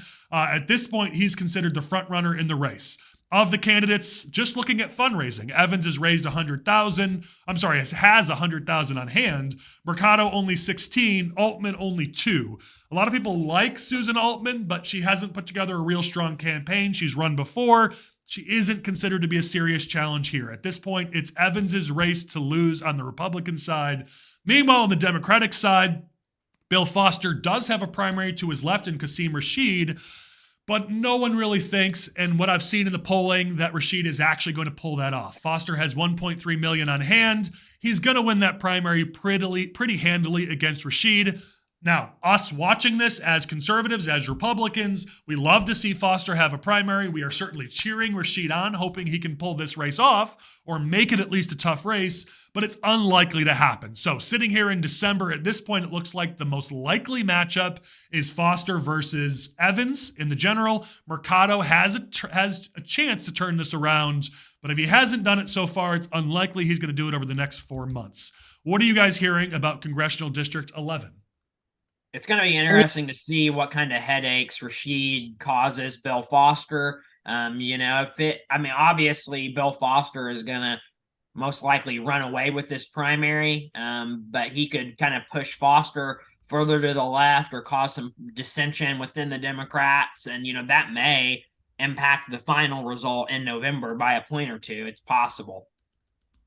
I think this is really, like Collin said, this is really Jerry Evans's primary to lose. My only concern with Jerry is that even though he's really built up a solid base for, especially in the DuPage County areas, because he's run in the past cycles, he is more on the conservative side of the party, which is going to play really well on the western portions of the district. But it's going to be really interesting to see how it plays in places like Woodridge, places like Naperville that tend to be not maybe as conservative, a bit more moderate, maybe not as a big a fan of Trump. So the primary is not the question. It's just going to be how general election voters are going to view a conservative candidate like Jerry.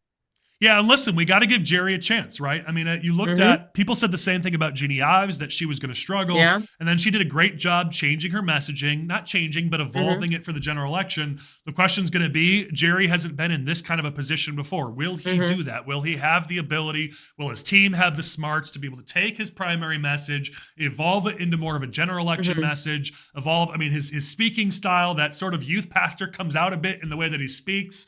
That works in some communities. It isn't going to play super well in a general election. So there's definitely some evolution, some growth that's going to be needed here. But Jerry's young, he's ambitious, he's talented. If somebody can do that, the hope is Jerry can pull that off. And let's be honest, Bill Foster is about the most boring guy on the planet. So, Jerry's going to be hoping for any chance he can have to contrast himself with Foster. But most likely, Foster's team's pretty smart. They're not going to put him on stage at all. They're not going to put him out in public at all.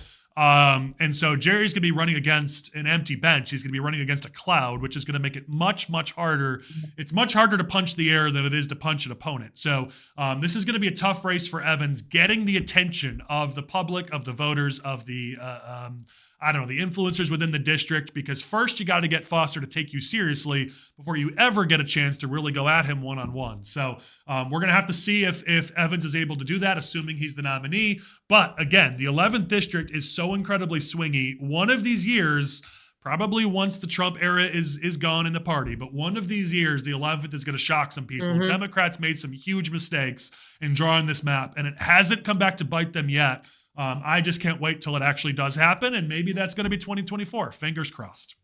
Yes. All right, let's move on to the 6th congressional district. So if you guys remember, in the 6th district, there was a whole train car full of candidates on the Republican side who wanted to run in the 6th last time. There was a Democratic primary, a tough Democratic primary on their side last time. That's really not what's happening this time. On the Republican side, the only candidate to file is Nikki Conforti, so she will be the Republican nominee. On the Democratic side, Kasten has a couple candidates who are primarying him, none of which are going to be serious primary challengers. This will be a Kasten versus Conforti race. This district will play like a D5, but Kasten will overperform. He won by 9 last time against a tough opponent. And so even though it is more of a D5, Kasten's going to overperform that number. The question here is, how's Conforti going to overcome that? She's a very, very likable person. She's a likable candidate. She shows every sign of being able to run a pretty good grassroots campaign. but she hasn't shown signs of being able to raise the money she needs to be able to pull a race like this off. Kasten has $840,000 in the bank as of the end of last quarter. Who knows what it's going to be when we see the new numbers in a month? Conforti has 17. It's a massive disparity. And unlike our nominee last time, Conforti hasn't really shown to have that network and that ability to raise money. And she's going to need that to compete. So super likable, super approachable. I do think she has some advantages that she could play up in this race, but if she doesn't raise the money, it's just never really going to be a race. What are you guys hearing about the 6th, Oliver and Chris? So, resident of the 6th Congressional District here. We talked briefly about Kasten's primary. I would look into that a little bit more. Yes, Kasten's going to come out of it, but the word on the street is that progressive elements that have previously backed Marie Newman are probably going to end up backing one of Kasten's primary opponents, and that is Manur Ahmad.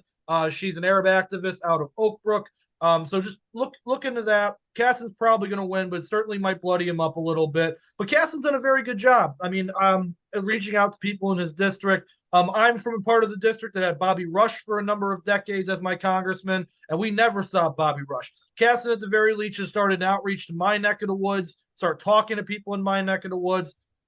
He has a very moderate aesthetic, even though his voting record doesn't always reflect that. I think it's going to be a very difficult race to take Kasten out this year. There are parts of the district that like Trump, and then there's obviously the DuPage problem that we always have to come across here. So it's going to be difficult.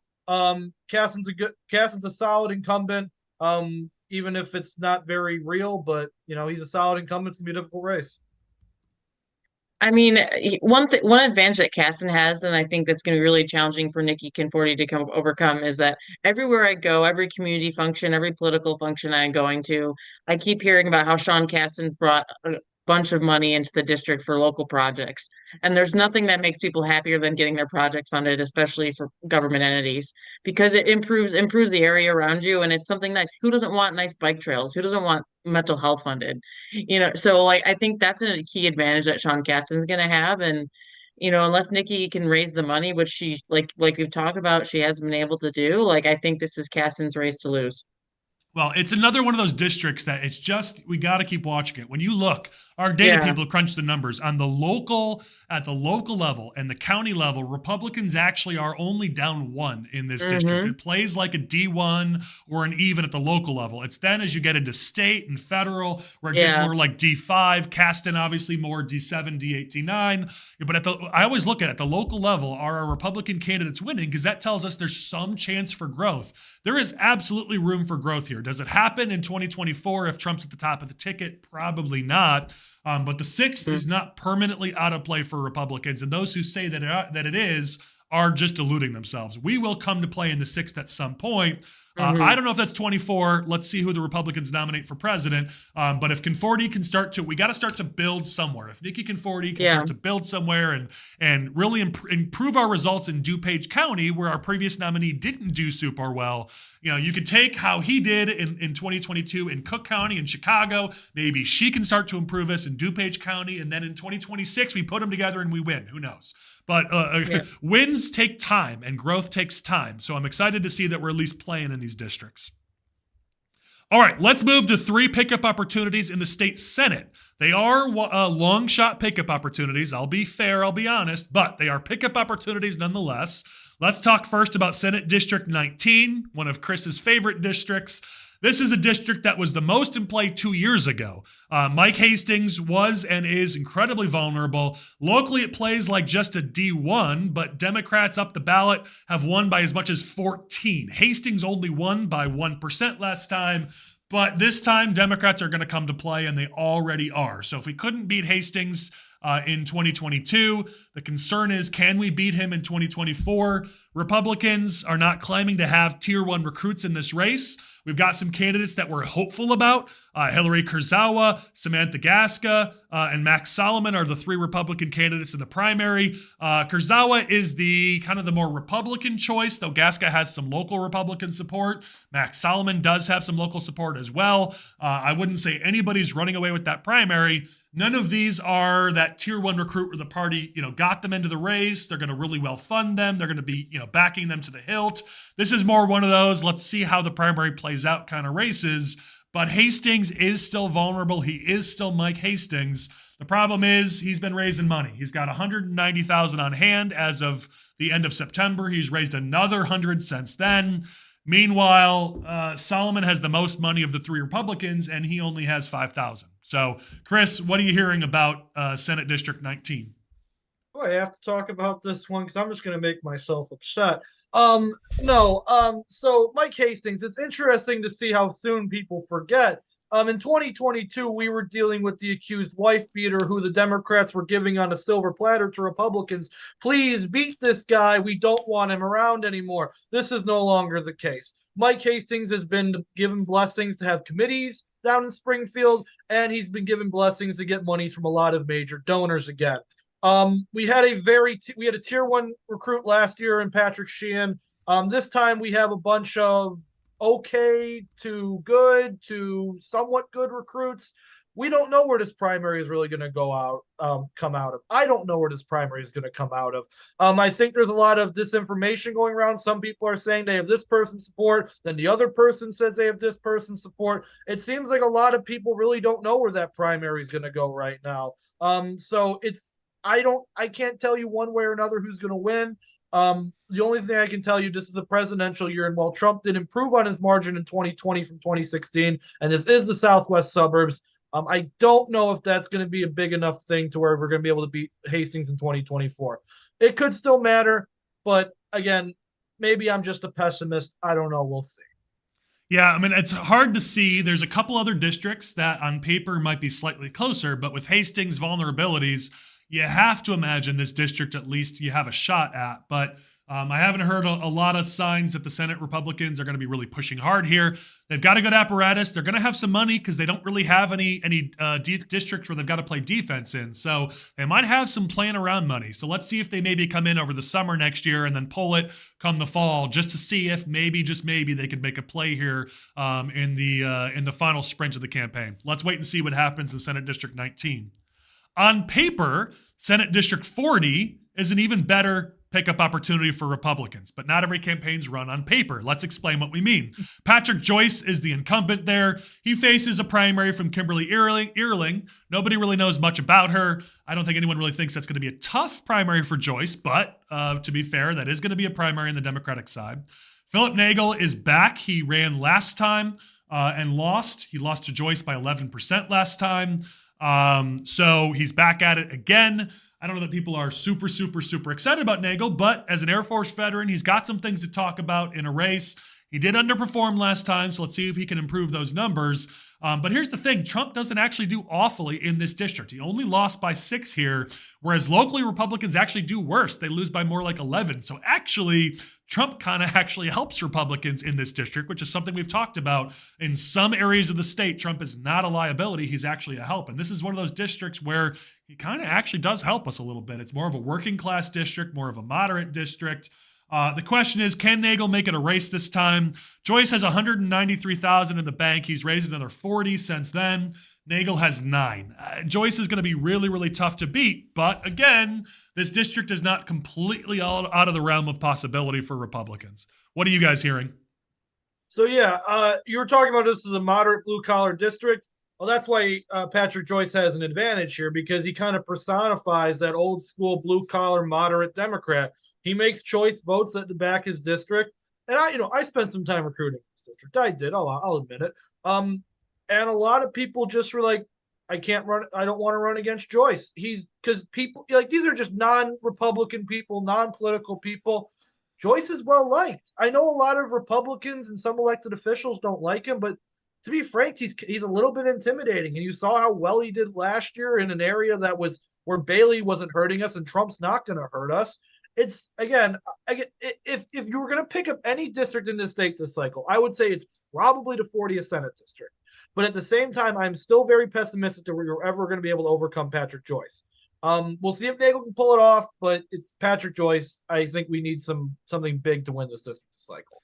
Yeah, I mean, listen, if Joyce, if it was ever an open seat, this would be shooting to the top of everybody's list. There are signs of potential here. Even, listen, if Trump's going to be our nominee, we're going to have to find places to play. We can't just sit the whole cycle out. And so you got to find these districts like Senate District 40 where Trump doesn't actually hurt us. So yeah, I think you're going to hear a lot about Senate District 40 over the next 11 months during campaign season. Maybe they don't dump a ton of cash into it, but it's definitely worth playing a little bit and seeing what happens. So here's hoping Nagel's able to up his game here and make this into a race. Last Senate district we'll talk about before we get into the pickup opportunities in the state house is State Senate District 34. I'll be honest, this district isn't really in play. People are saying it is. On paper, I don't know. The data says it's D5 if you take into account some of the referendums we've seen lately, like the the progressive tax referendum. But really, it's more like a D12 if you actually dive into the numbers. And Steve Stadelman, who's the incumbent, he won by 17 last time against a pretty weak incumbent. Could we do better than losing by 17? Absolutely we can. We shouldn't be losing by 17. It should be more in the 9 to 12 range. And that's what I hope we see this time. But in 2024, we're not winning this district. Juan Reyes was the candidate last time. It looks like he's in it again. Republicans are talking up another candidate, Crystal Villarreal Solto. Hopefully I said that at least close to right. The Republicans are really excited about her. Obviously, she's going to have to get to a primary first. She's Latina. She's a Rock Valley College trustee. There's a lot to like there, but first she's going to have to get through a primary. And then in that general election, Stadelman has $277K in the bank. He's pretty well liked. This is one of those districts that locally on paper, when you just look at the local races, it's not that blue. It's D5, D67. But then you start looking at state and federal races and the Democrats blow us out of the water. So is there room for growth for Republicans in Senate District 34? Yes. And do we need to see that growth if we're ever going to win statewide? Yes. And so I'm really hopeful these candidates can help to improve our position in 34. I'm not going to pretend like they're going to win 34 in this next election cycle, but is this a really important district for us to start to see some gains? If we're going to take the governor's mansion back, let's say, in 3 years? Yes. So we got to pay attention to 34. I just can't sit here and say that we're actually going to win 34 this year. Am I wrong? This reminds me a lot about House District 81, which we're going to talk about in a little bit, is that you look at it and you think, gosh, that really is more Republican than it is on paper, but every year we get blown out of the water. So, like you're saying, I think everyone would like to see this be a pickup opportunity, but it's going to be a tough climb. Yeah. Well, watch it. It's certainly worth keeping an eye on, especially since we don't have a lot of races to play in the state Senate. So they're going to have money to play with. They're going to need to bank some of that because 2 years from now, they're not going to have such an easy time. They're going to have some tough races in 2 years. So they're going to have to hold on to some of that money. But some of it can be spent in some of these districts just to see what might happen. All right, let's move to the House.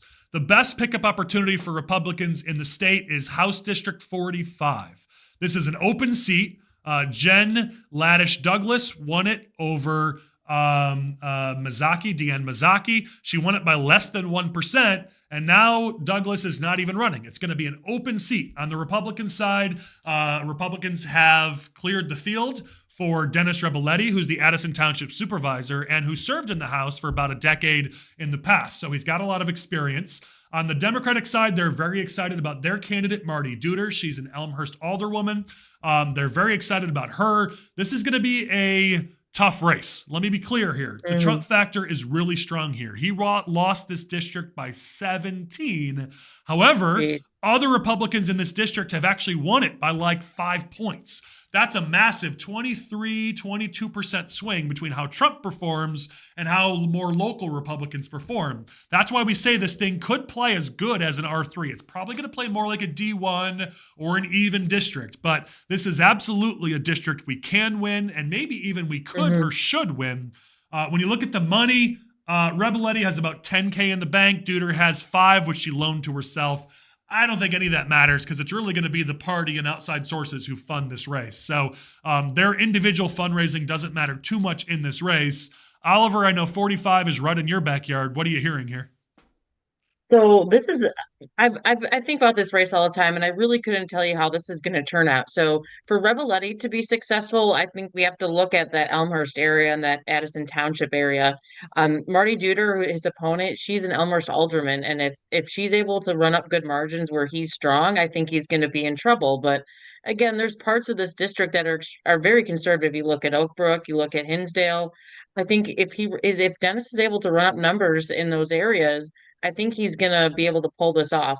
Also, remember he did run for state senate last cycle, and part of this district isn't within that district. So he does have some recent name ID, not only from as a state rep, but as a recent candidate and an elected official. So I think this is going to be a really fascinating race, and it'll be interesting to see how it turns out.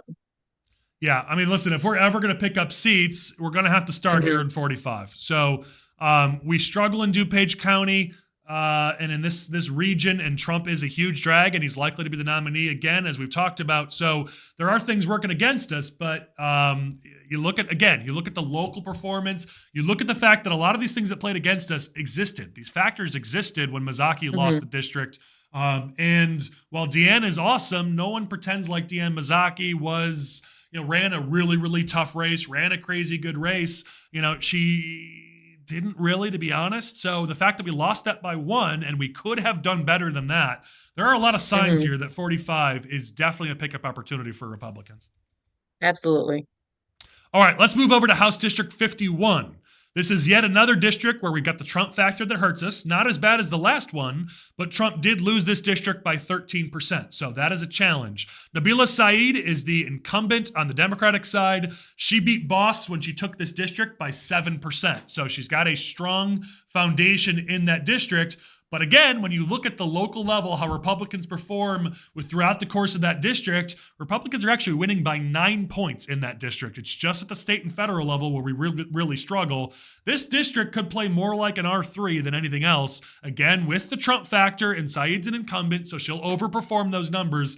And Saeed is a really strong campaigner. She's probably going to overperform those numbers by a significant margin. So go into this race and assume that you got to pick up 6 or 7 points to beat Saeed. But 6 or 7 points is doable. Saeed is obviously the front runner. We get that. But Taussie Ufordike is the Republican choice. She's got a free and clear path through the primary. Republicans are very high on her for a good reason.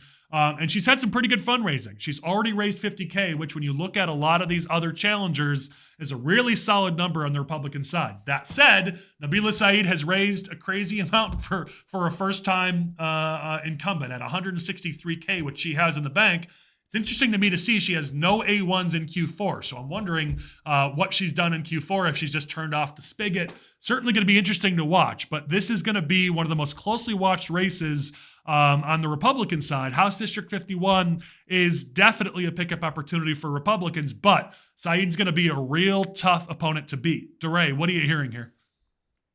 Yeah, in northeastern Illinois, this is a race to win. I mean, it should never have gone to be a Democrat seat in the first place, and there's multiple factors on why it now is a Democrat seat, but all the wins are in the favor of a Republican candidate. However, Nabila is a great campaigner.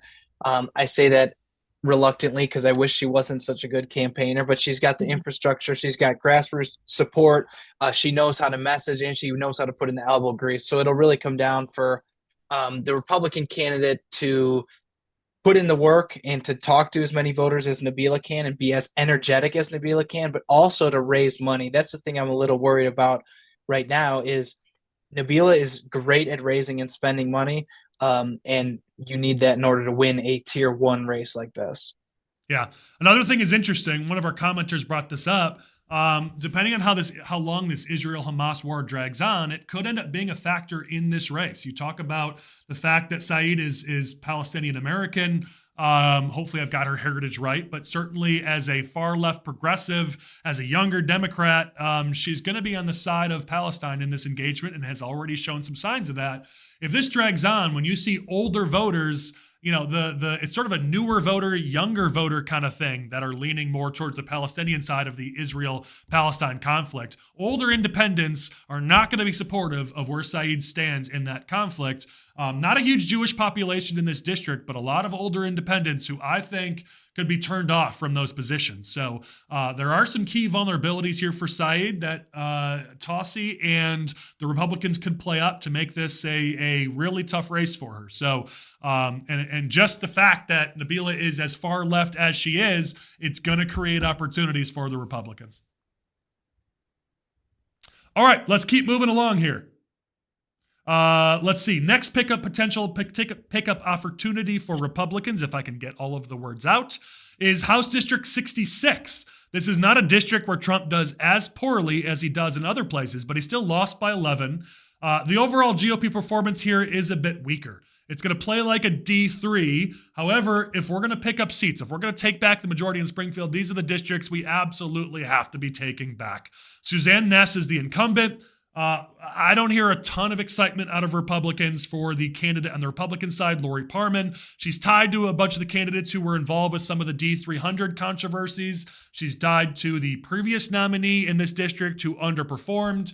There isn't a lot of excitement for our nominee here, which is a bit frustrating because if we're going to win some districts back, this is, by all accounts on paper, on the House side, probably our third or fourth best pickup opportunity.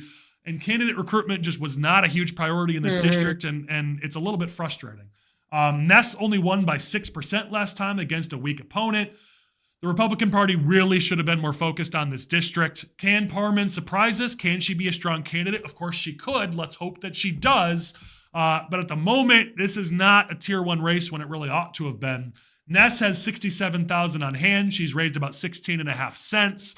She would be tough to beat, but this is not a deep, deep blue district. And again, if we're ever going to make gains in Springfield, it's going to be districts like House District 66 that we got to make a play on. So a little bit frustrated by this. Am I missing something, guys?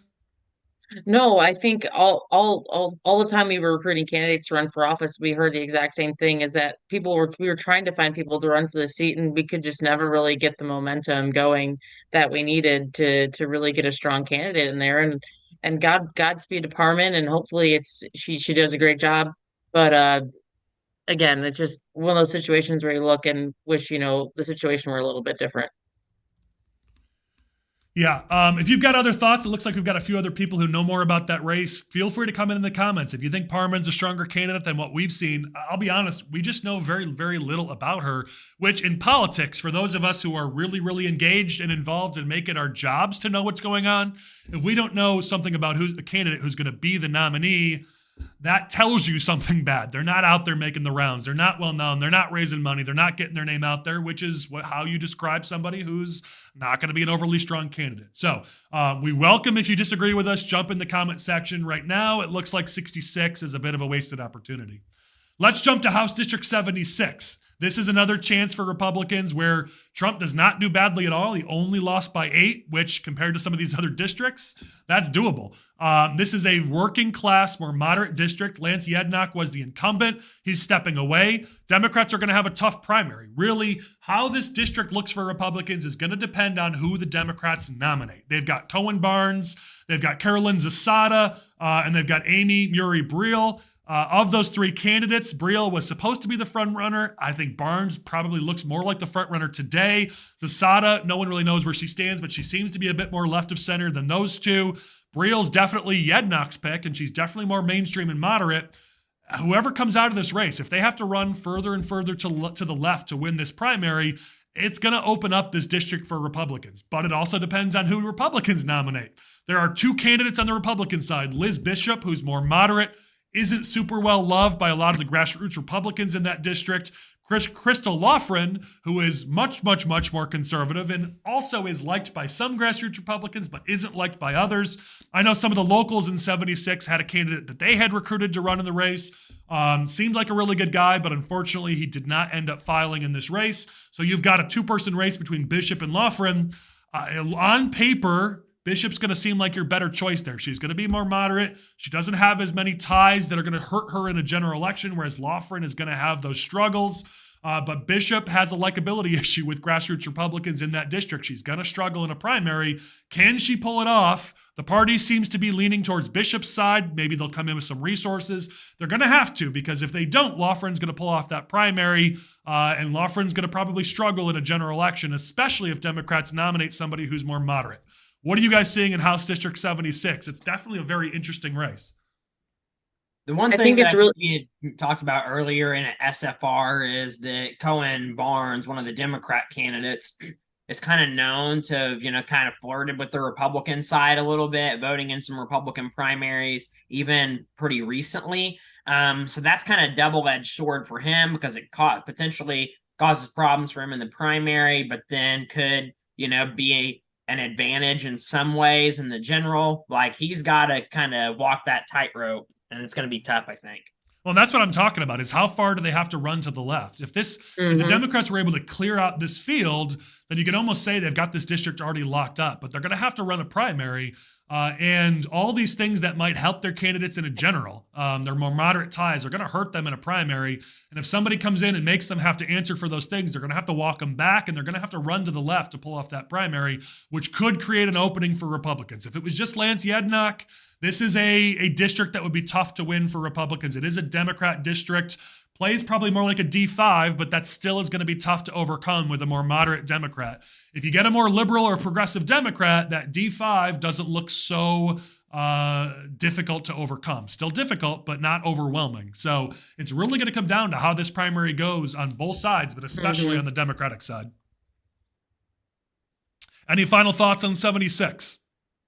All right, we are steaming towards the end here. House District 91, the last of 3 more pickup opportunities in the House, and then we'll talk about a couple county races. So House District 91, this is one of those districts that's sneakily in play. It is, Trump only lost it by 8, Rauner only lost it by 6. The incumbent Sharon Chung only won it by 4.5. It plays more like a D+4 district. At the local level, it plays more break even, but for a race like this, it plays more like D4. Republicans are really high on their candidate, Desi Anderson. She's run before. She hasn't run the best campaigns before, but she's likable. Republicans are high on her, and this is one of those situations where, let's be honest, you can grow. People grow over time. If Anderson does show some growth, if she improves as a candidate, if she's able to run a better campaign here, Chung is a little bit more vulnerable, I think, than people realize. She's only won her last race by 4.5. And she didn't have that. I mean, she did have a tough opponent last time, but it wasn't like it was overwhelming in terms of the Republicans spending against her. So is this a top pickup opportunity for Republicans? No. I mean, in the list here, it's, 5th or 6th or 7th, but it is still a pickup opportunity, and definitely not a race that I would write off. Chung has not been a rock star fundraiser. She has 47 on hand, but she has picked it up recently. She's raised 36.5 since then. So she's definitely starting to pick it up. Anderson, to her credit, she has about 20 on hand, including 5,000 from LaHood, which I think is an interesting contribution to highlight. If Darren LaHood comes and plays, and his political apparatus comes and plays in this race, you're going to see Anderson and that operation really take a jump up in quality and effectiveness. So if LaHood's putting 5K into this race, that's something to keep an eye on. What are you guys hearing about 91? I was just gonna say, when you meet Desi Anderson, she, like you're saying, people are high on her, and you can really understand why. She's one of those candidates that really just has a good charisma to her. So I think, like you're saying, if she's able to put together a competent campaign, I think this is going to be a really interesting race. Yeah. All right. Let's keep moving along here. I was responding to comments. If you've got thoughts, feel free to jump in the comment section. I'm trying to respond as we talk here. Second to last one here is House District 97. This is another one of those that has a huge swing. Trump lost it by 10. Rauner lost it by 9. But local Republicans actually do much better. So this thing plays more like a D5. Actually, locally, it plays more like a D1. But Harry Benton does tend to run decently strong, but he only won by 3% last time. That said, his opponent last time did overperform. They did do very well. So when you say that he only won by 3, it still plays more like a D5 as a district. So you're going to have to run a really, really, really strong campaign if you're going to knock out Harry Benton. Republicans are really high on Gabby Shanahan, who's running in this race. She's young. She's likable. She's got a good amount of political experience, and she has the contacts to raise some money. She hasn't done it yet. She's raised about 15, which isn't awful, but she's going to need a lot more. Benton's he's got about 155 in the bank. So you're going to need more than 15 to pull this off. But Shanahan does have ties to some of those more deep-pocketed conservative organizations out of Chicago. So if someone's going to raise a good amount of money, it's going to be somebody like a Shanahan. So this is definitely a race to watch. Benton is just somebody who's hard to beat because he does play to his district very well. But this is not a deep blue district. And if Benton wasn't in that race, if it was an open seat, it might be one of our top pickup opportunities. So there's opportunity here in 97. Benton just makes it tough. What are you guys hearing out of 97? Look, this is the old Batnick district, and I think this is one of those districts that became kind of a casualty of war last cycle with after Darren Bailey won the primary, because there were so many districts that people just kind of wrote off after Darren Bailey won that primary, and a lot of moneyed interest and special interest stopped writing off a lot of districts. I think this was one of them. Michelle Smith did very well last cycle, as you said. She overperformed, but still came up short. I think this is one of, me. I'm a pessimist. Let me be optimistic here. If there's any district that might sneakily be in play for the upcoming cycle, House District 97 might be. I think Republicans in the area are very wound up. You have some pretty solid organizations. You got good candidates at the local level in that district. I think there might be some plays coming out of the 97th House District. That was Chris being optimistic. First time ever. I'm pretty proud of you, Chris. Like I think we need to have a wellness check on Chris, make sure he's okay, but I'm kind of proud of you. Still got a pulse, yeah. I mean, listen, again, and these pickup opportunities, we're calling them pickups for a reason. The Democrats have the advantage overall this cycle, and they have the advantage in each of these districts. So we're not saying that, odds are over 50% we're going to pick up these races, but we're going to have to start picking up some. And there are signs that 97 it's going to surprise some people. Does it happen in 24, especially if Trump is the nominee? It's less likely. But at some point here, whether 24 or in the future, 97 is going to shock some people. Again, we've been talking about this ever since the remap. Democrats overreached on the remap, and they've gotten lucky that with Trump at the top of the ticket, it hasn't bit them because Republicans have been underperforming. But the moment we stop underperforming, some of these districts are going to flip that Democrats just thought they had super, super safe because they thought that these districts had permanently changed when really it was just the anti-Trump sentiment. It's not anti-Republican, it's anti-Trump. So 97, does it surprise us in 24 or does it not? Everyone's excited for Shanahan. Let's see how she does. All right, one last district to look at is House District 81. This is one of those districts that we wish would be in play. I'm not going to sit here and tell you it's in play because Trump lost it by 23. But other Republicans don't lose that bad. They lose like more around 4%, not 23%. That's your big swing. It's still a Democrat district. Stava-Murray, she rode the Trump wave last time. She won by 16 points. So is this a district that Republicans are going to win? Most likely not. It's the last district of the potential in-play districts we're talking about. So that tells you that we think it's the least likely of all these districts to even be in play. However, it's a district we at least need to talk about. Stava-Murray isn't well loved. She's not a great fundraiser. She's only got $43K on hand. The problem is the Republican candidate, Aaron Porter's only got $100 on hand. So it's not like we've got a tier 1 recruit in this race. But let's talk about it. Oliver, 81. Is there a tiny chance that maybe this is a race that we could play in? God, I hope so. I mean, you see Aaron Porter, he's a young guy. He has a family. He's a police officer. So, like, he has the look of that, and he's young, and he has that look of a candidate I think that the Republican Party is trying to bring in and promote. But like you're saying, and Anna Stava-Murray, the unions aren't coming to save her. So on paper, it looks like, okay, this could be in play. But we always underperform in this district. And I think you look at the Downers Grove area, that's really going to be the anchor of this district. If we could start getting more Republicans out to vote in the Downers Grove area, this district would be in play, but we just haven't shown that we've been able to do that in years past. So I'm always hopeful that it's going to change, but I don't know that in a Trump wave, it's going to be the year. Yeah. All right. There's 5 races that are not in the congressional or state legislative area that are good pickup opportunities, or at least kind of pickup opportunities for Republicans that we're going to talk about. There's, as you see in the comment section as we chat, there's a ton of races we'd love to talk about. We wanted to keep this to like an hour and a half. We're already at an hour 45. So we just can't get into all of the county races. Please watch our regular Smoke-Filled Room episodes. We come out every week. We try to get into more of those local races to give people more of a local flavor. But here we're going to highlight 5 races that are worth looking at that are not ledge races or congressional races. First one is we got to talk about the Lake County State's Attorney's race. This is a big opportunity for Republicans. Now, Lake County is a D+8 county. Trump lost it by 24, so it might play even bluer than D8. But Reinhardt is going to underperform. We've known it for a long time. He is a far left progressive. He's not super well liked. There's a ton of negative things that can be used against Reinhardt. If you're an opposition researcher, Reinhardt is a dream opponent to be able to research. One of the only people who's tied themselves really closely with Kim Foxx. I've seen the polling. That does not play well in that district. There's a lot of opportunities here because his far left politics are just out of step with the county's mainstream. Republicans, so that's Eric Reinhardt, the incumbent. The Republican candidate is Mary Cole. She's going to be the nominee. She's the only candidate on the Republican side who filed. Republicans are very excited about her. On paper, she's got all the chops. She's got the ties to the state's attorney's office. She's likable. She's young. She's minority. There's a lot of things politically to like about her. And so people are really excited about this race. Reinhardt is about 67,000 on hand, plus another 27.5 that he's raised in Q4.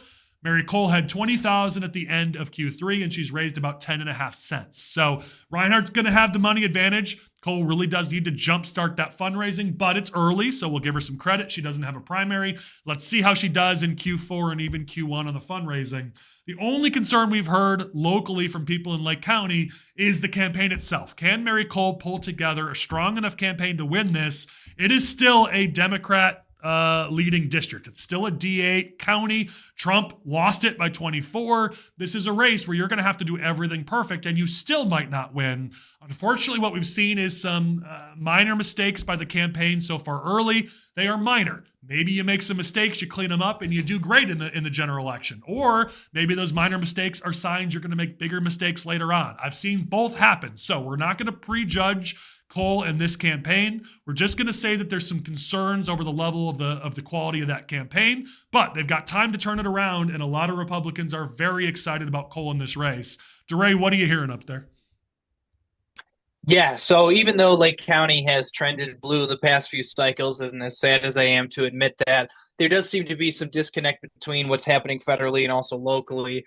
I mean, Joe Biden beat Donald Trump 2 years ago, 61 to 37%, but the incumbent state's attorney from 4 years ago before Reinhardt, he only lost by about 4%. So there is a disconnect, and we're hoping with the right candidate that we can bridge that gap. Now, one of the things that is interesting is Reinhardt just is a great candidate to go up against because of the prevalence of the Safety Act that's happening right now, and also with the migrant crisis and a lot of issues about safety happening now. The state's attorney has a lot of attention on him, just from almost a perfect storm, just from what's happening. Now, Reinhardt does have the political machine behind him. He does have the political, how they drew Lake County and the demographics behind him. So this will be interesting to see how it plays out. And I think that although the odds are not in Mary Cole's favor, I think if she does everything right, she could pull up and offset Reinhardt. So we'll see. Yeah, listen, and I think the reason why people are looking at the quality of that campaign is simply because Reinhardt's a fighter. Yeah, does he have a lot of negatives? Absolutely. There's a lot you can hit him on, but he is not going to take this race sitting down. He is going to come at you multiple times a day. This is going to be one of those races where you're going to have to be ready for every trick in the book. And that's why people are really hopeful for Cole. If we're going to pick up some seats in Lake County, this is the top of the ticket for Lake County. It's because you're not going to get help from Trump or somebody up at that level. This is the top of the ticket in Lake County. If the state's attorney's race is run well, we might have a chance in some of the more targeted county board races and some of the ledge races like 51 or 52. So you're really relying on this district specifically, or this race specifically. And so that's why people just have put unrealistic, and I said 51 and 52, I meant 51 and 53, sorry. But this is, hold on. No, I was right. Stand by. I don't know. I've got all my numbers jumbled up. If you guys want to correct me, feel free. No, 51 and 52, I got it right.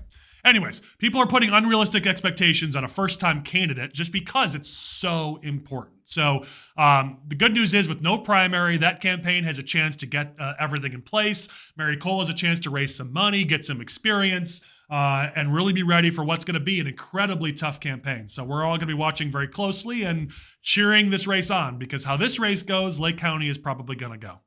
One more state's attorney's race to go talk about. Let's talk about the state's attorney's race in Cook County. Now, this is all dependent on who Democrats nominate.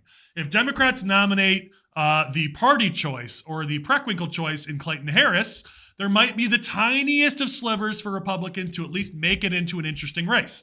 If Democrats nominate the more moderate choice in Eileen O'Neill Burke, the race is probably over in March, let alone in November. On the Republican side, Bob Fioretti is unfortunately the only candidate who filed. We say unfortunately because Jim Durkin was looking at it. He would have made this a better chance for Republicans to pick up. Fioretti has run for a lot of offices in the past. Hasn't been super successful. So in a very, very blue county, it's unlikely that Republicans make a play here, but certainly we're going to watch this race just because maybe, just maybe, what will happen is if Harris takes the nomination, it could open up opportunities for Republicans, not countywide, but in some of the judicial sub-circuits and some of the more localized races that have pieces of Cook County. So there's a reason to care about this race. We may not win countywide in Cook County, but not every candidate in Cook County is running countywide. Last thing to talk about is the money race, and then Chris, I want to get your thoughts. Harris has $112,000 on hand, plus he's raised another $118,000 this quarter. Burke has 155 plus about 90. So both of them are right there at about the 225 to 250 raised.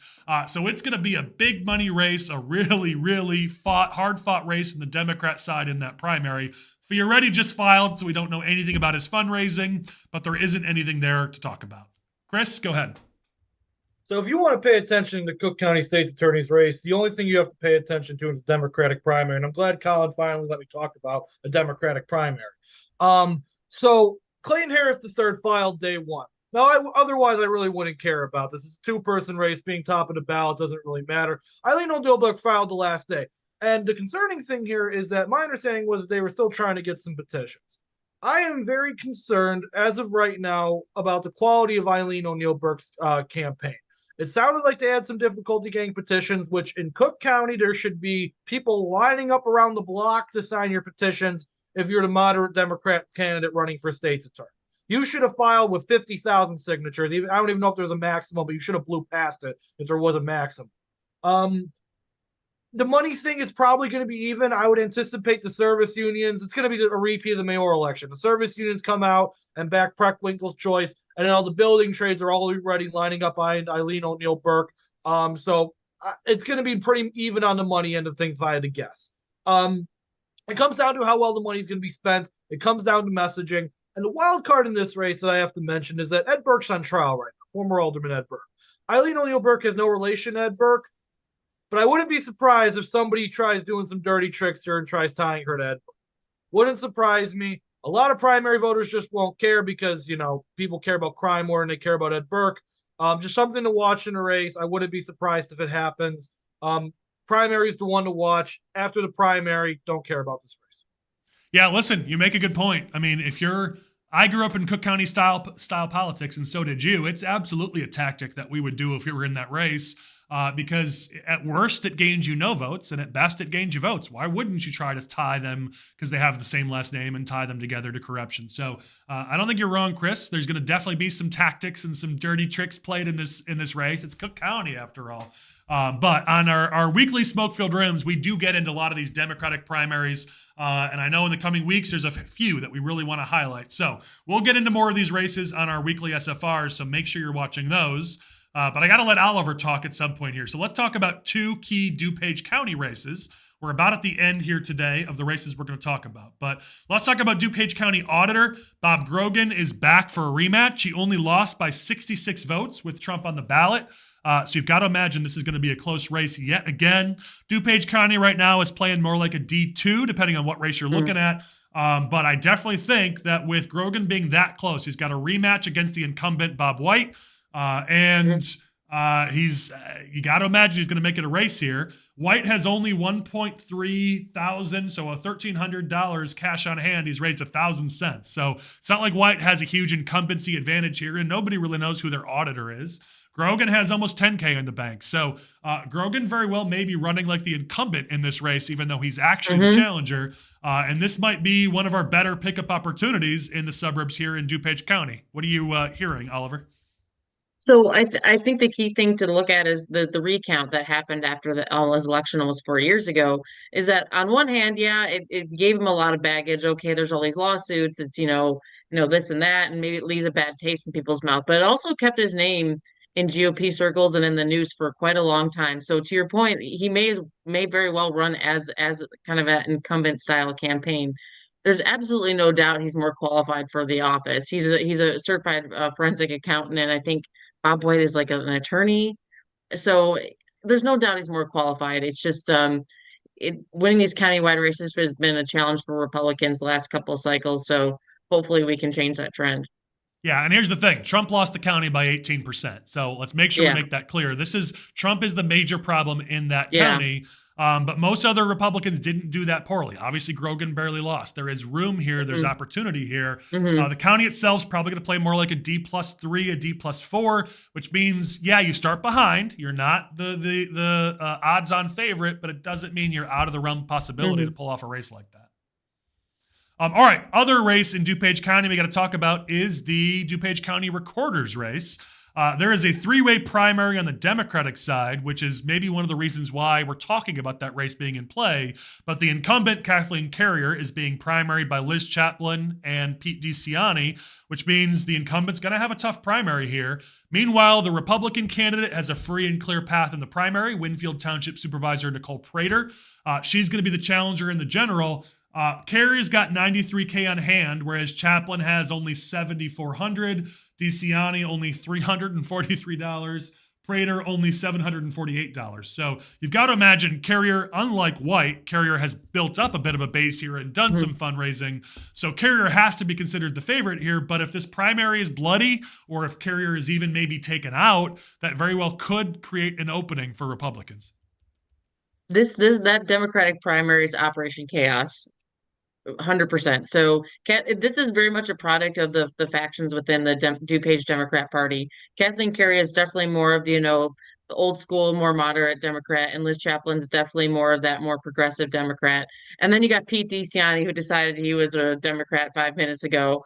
So, I mean, the best outcome for Nicole Prater would be that Pete DeCiani or Liz Chaplin make it out of this primary, because I think, like you said, Kathleen has the best position going into this race. So hopefully the Democrats can kick each other, and it will create a better situation for Nicole Prater. She's got politics in her blood. Her family's been involved in DuPage County for quite a long time, and she's an extremely hard worker. So this will be a fascinating race to watch. Yeah, absolutely. All right, the last major district we're going to talk about, and then we'll do a quick rundown, very quick at the end, of some other districts people should be looking at. But the last one here is the appellate court, the 3rd District Appellate Court. This is one where we lost the Supreme Court race in this district 2 years ago, but we won the appellate court race. It plays a bit like an R1. This is absolutely a good opportunity here for Republicans. And so there's some dynamics to watch. Oliver, Chris, I know you guys have been watching this race way more closely than I have. There's 3 vacancies. There's Republicans running in all 3 of those vacancies. Why should Republicans be looking at this race and caring about this race? Because we really should be caring more about our judicial races. And this is a prime position, a prime opportunity for us to start doing that.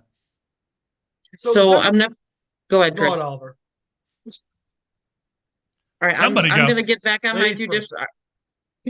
I'm going to get back on my judicial soapbox for anyone who watches our SFR. I'm very passionate about these judicial races, but again, we've lost a lot of ground on the judicial side of things, whether that is at the county level or at the Supreme Court. And there's 3 openings at the appellate court in the 3rd district, and it is a Republican district. So this is a unique opportunity for Republicans to solidify their support in this race. So something else to keep an eye on, as there's 4 Democrats running for these seats for 3 spots. So you got there's a Democratic primary for the Lytton vacancy. So that will be a fascinating race to watch. I think our strongest candidate is Judge Skrin. He's a current associate judge here in DuPage County. So I think that's really going to be the candidate to watch for Republicans. Yeah, and on this district, the Democrats were smart here. They ran themselves as a slate. They found 3 candidates, and they said, these are the 3 candidates, have fun, everybody else. Whereas Republicans kind of dragged their feet through the mud. Skrin jumped in very early. Then it was Costello jumping in, and then Jason Helen jumping in at the very, very end. It was a very slow process for Republicans to find so many people to run for this race. Even with the slate, they have John Anderson out of Will County bucking the slate for the Lytton vacancy, as Oliver mentioned. That's going to be kind of interesting. John Anderson, he's got people in Will County supporting him, but not a lot of people elsewhere supporting him. It's going to be interesting. It'll bloody up the primary a little bit, give Skrin a little bit better chance of victory. I know Linda Davenport has some issues for the O'Brien vacancy, but so does Jason Helen in that same race, so that might be a race to the bottom. Who knows there? And then Schmidt vacancies, Lance Peterson, John Costello. Costello's a good candidate. I don't know much about Lance Peterson, but it's probably going to be an equal footing on that district, is my understanding. So it's going to be a real grudge match here. Yeah, absolutely. Well, it's definitely a race to watch, and we encourage our people who are watching this to pay more attention to these judicial races. Thankfully, in the 4th district, no Democrats filed, which means we're going to hold on to that Supreme Court seat, the 2 appellate court seats. But here, these are 3 appellate court opportunities for Republicans that we absolutely need to win. So we need people to pay more attention to these judicial seats. All right, that is the end of the pickups. Here's what's going to happen now. We are officially done with the major races we're going to talk about. I am going to do a speed round of the districts that we ought to be talking about, just as we close. For those who watch this, we really do like to educate as much as we can our audience. If Republicans are ever going to be anywhere near the majority in this state, we're going to have to play in these 19. So not only all the districts we talked about up till now, but we're so far behind the 8 ball in this state that these next 19 we're not going to be playing in, most likely in 2024 for various reasons, but we got to start to play in soon. So let me just give you a quick rundown of these districts. Congressional District 14. This is a district we really need to be playing in. Unfortunately, now it plays like a D8. Lauren Underwood has scared away all serious challengers. Now, Jim Martyr is going to give it a go. He'll likely win that primary. 2 others have filed, but nobody is really expecting that Underwood's going to face a serious challenge there. Unfortunately, she's got $1.4 million in hand. And the district has trended against us. Martyr is a very nice guy. We're waiting to see if he can mount a tier 1 style race. So far, we haven't seen it. The 14th just isn't on people's radar. The 13th, we should be playing in. If we're ever going to take back this state, we need to play in the district like the 13th, especially because Trump doesn't kill us there. Unfortunately, Baczynski, she won it by 13. Her union ties have scared away opposition, serious opposition. There are 2 candidates, Lloyd and Clatterbuck, who are running. Both are well-meaning, but neither are considered really serious challengers.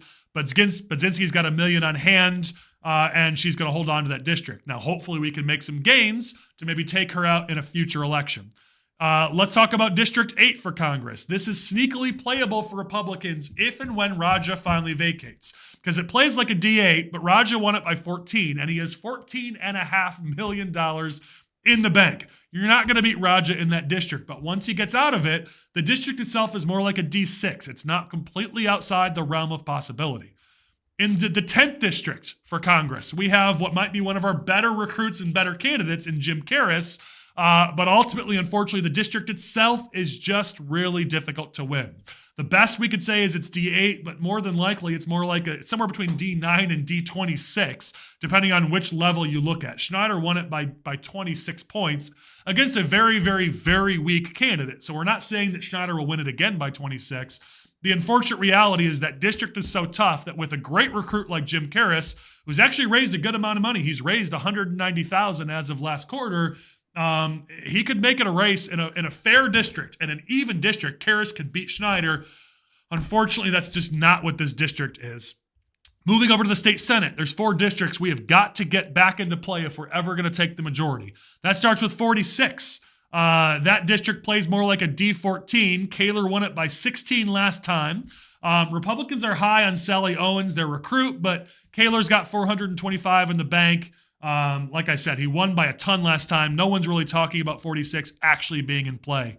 But if we're going to win a majority, we're going to have to figure out how to make gains in that plus these other districts. 31. This keeps trending further away from Republicans, but it's a must win if we're going to make the majority. There's a Hispanic population there that if we can make gains with, we could put this district in play. But right now it's D10. Mary Edley Allen won last time with 14%, and she doesn't even have an opponent this time around. For state senate in District 43, again, isn't in play for Republicans, but with Rachel Ventura being the nominee, you just have to wait because she's going to do something. She's going to say something crazy that's going to put it in play in the future. She's such a far, far left progressive that at some point she'll create an opening for us. But right now, she won it by 12 last time against an opponent who overperformed. It's just not in play. That said, Minooka School Board member Jennifer Monson's going to make a play at it, and we certainly appreciate that she's making the run. Last state senate district that we need to talk about is 49. This district isn't in play, but it's also not completely out of play. This is one of those that I wish we could look at more. You've got a candidate in Will County Board member Katie Deanne Schlotman who's given it a try, because I got to tell you, Meg Laughran-Campbell is not completely unbeatable. This district's more like a D8 in my mind. Can we beat the incumbent with $328K in the bank? Probably not in 24, but can we start to make gains? Do we need to start to make gains? Yes. In the state house, if we're ever going to flip the state house, here's the districts we got to start talking about. 83. This one hurts me a little bit because I think it's frankly in play here. Yes, Trump hurts us. He lost by 18, but it plays more like a D6. Hansen, the incumbent, only won by 7. And I got to tell you, the fact that he's getting a free pass in 2024, despite having a DUI recently and a bunch of negative press, despite having a primary challenger, Republicans should have a candidate in 83. Hopefully we slate somebody, but you're still starting behind the 8 ball if you're slated come next year versus actually being on the primary ballot. This is a missed opportunity for Republicans in House District 83. Another district that's a missed opportunity for Republicans is House District 112. The incumbent, Katie Stewart, is getting a free pass. Trump doesn't kill us there. He only lost by 6, which is actually better than other Republicans in that area. Katie Stewart won by 8% last time against an underperforming opponent, and that region is trending more and more towards Republicans every cycle. Yes, Stewart has $236K in the bank. She's raised another 38 cents. I'm not saying Stewart would be easy to beat, but there's every sign locally that that's a district we should be fighting for. Again, we can slate somebody, but I really wish we had recruited somebody for that race. It's a missed opportunity for Republicans again. Another district that we really should have recruited somebody in is 68. Dave Vella is getting a free pass. That district, Vella won it by 9, so I get why nobody was clamoring to run for it, but it's more swingy than it looks. Some Republicans do as well as getting within 2 points of winning. It plays like a D5, D6. There's a chance there that it could be in play with the right candidate, but right now, Vella's getting a free pass. Yes, he has over $400K in the bank, so I get why nobody was lining up to run in that race. But again, if we're ever going to win the majority, these are the districts we're going to have to play in. House District 49. This is much closer than it's treated. Yes, Trump's weak there. He lost by 17, but other Republicans play more in the -8 range than the -17. And Maura Hirschauer, she is a way too progressive for that district. She won it only by 9 last time. She's got she's got 2 Republicans who are running against her. Eris Garcia, Hannah Billingsley. I don't know that either of those are going to be really, really strong candidates. We don't know much about either of them. I'm hopeful one of them makes a strong run here because 49 is not completely out of the realm of possibility.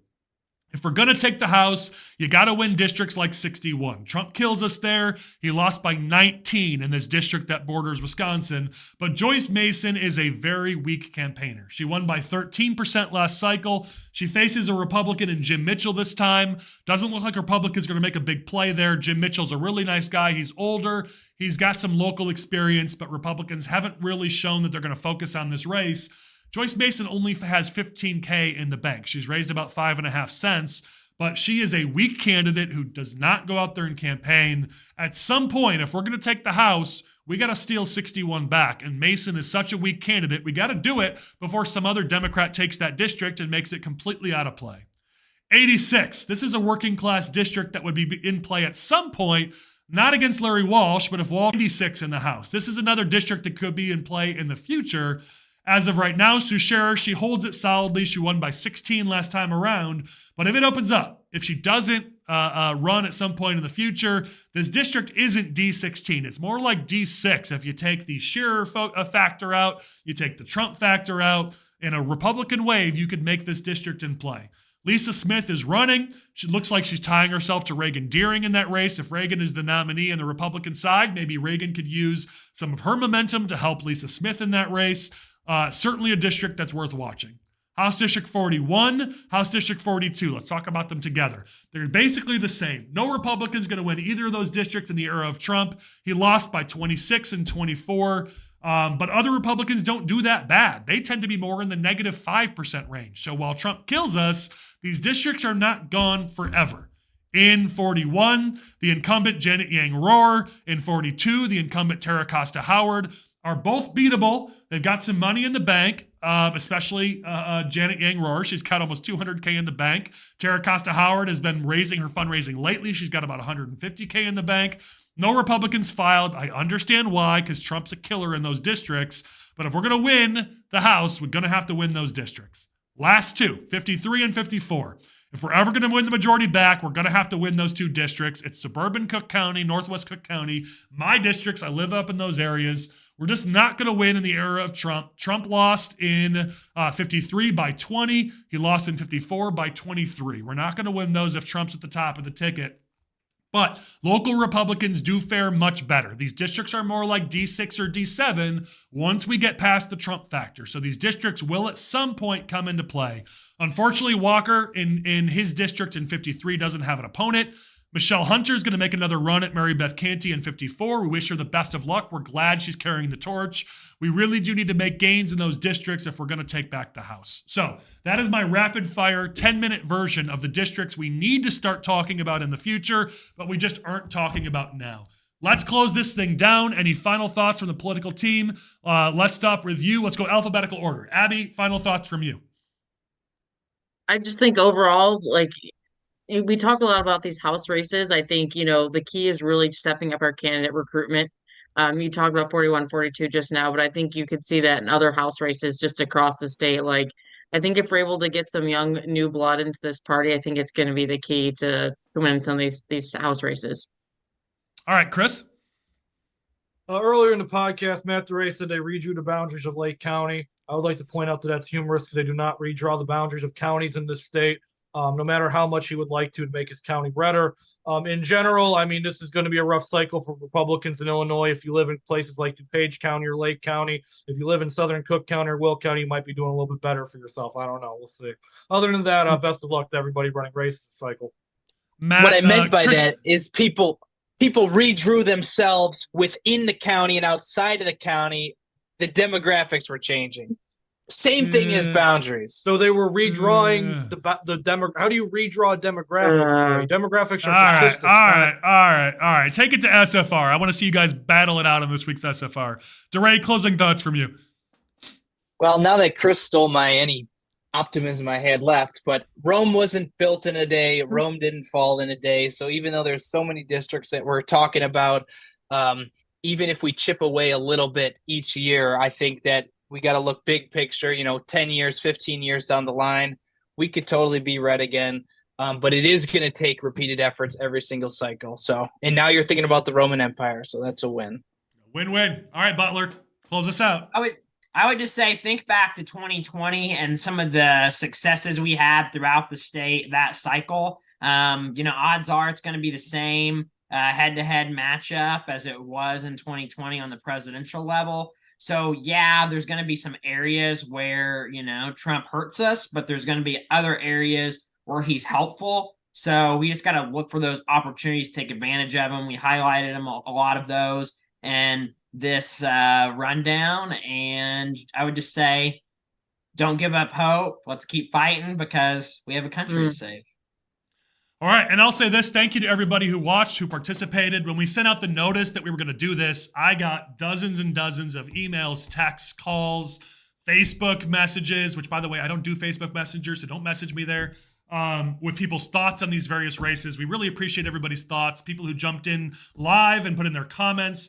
And I know a bunch more will be watching, not live. Not everyone can take an hour or two to jump on YouTube throughout the course of a workday. So typically when we do this, most people tend to watch it after the live. But please pay attention to these races. Our hope was to give you an idea of which races were the races in play, which races at a statewide level should we be watching and talking about over the course of the next year. So moving forward on our weekly Smokefield Room podcast, we're going to be talking about these races. We're going to keep you informed. So make sure you subscribe to our YouTube channel. We will keep you informed of what's happening in the state of Illinois. As Michael said, as Matt said, we're going to have to build towards some wins. And if you look at these districts, some people might have more of a pessimistic view. Some people may have more of an optimistic view. But you look at these districts, and there's a decent chance here. We're talking about at least a couple pickups net. Could we have a really bad year? Yes. Could we have a really great year? Yes. But that middle ground there shows us at least holding in the Senate and maybe picking up a seat or two in the House. Now, will that play out? No. Things are going to happen. We might do better. We might do worse. You can't predict how things are going to play 11 months from now. And as somebody was texting me during this to tell me, who's a bit more pessimistic than me, there's a reason why a lot of people who are Republican in the state tend to be more pessimistic, because we tend to underperform. So looking at these numbers, we talked about what we should do. But let's be honest, Republicans tend to underperform. So let's get our acts together. Let's do better, and let's get out there and let's go win. Thank you, everybody, for watching. Let's shut it down, and we'll talk to you in the SFR in the future.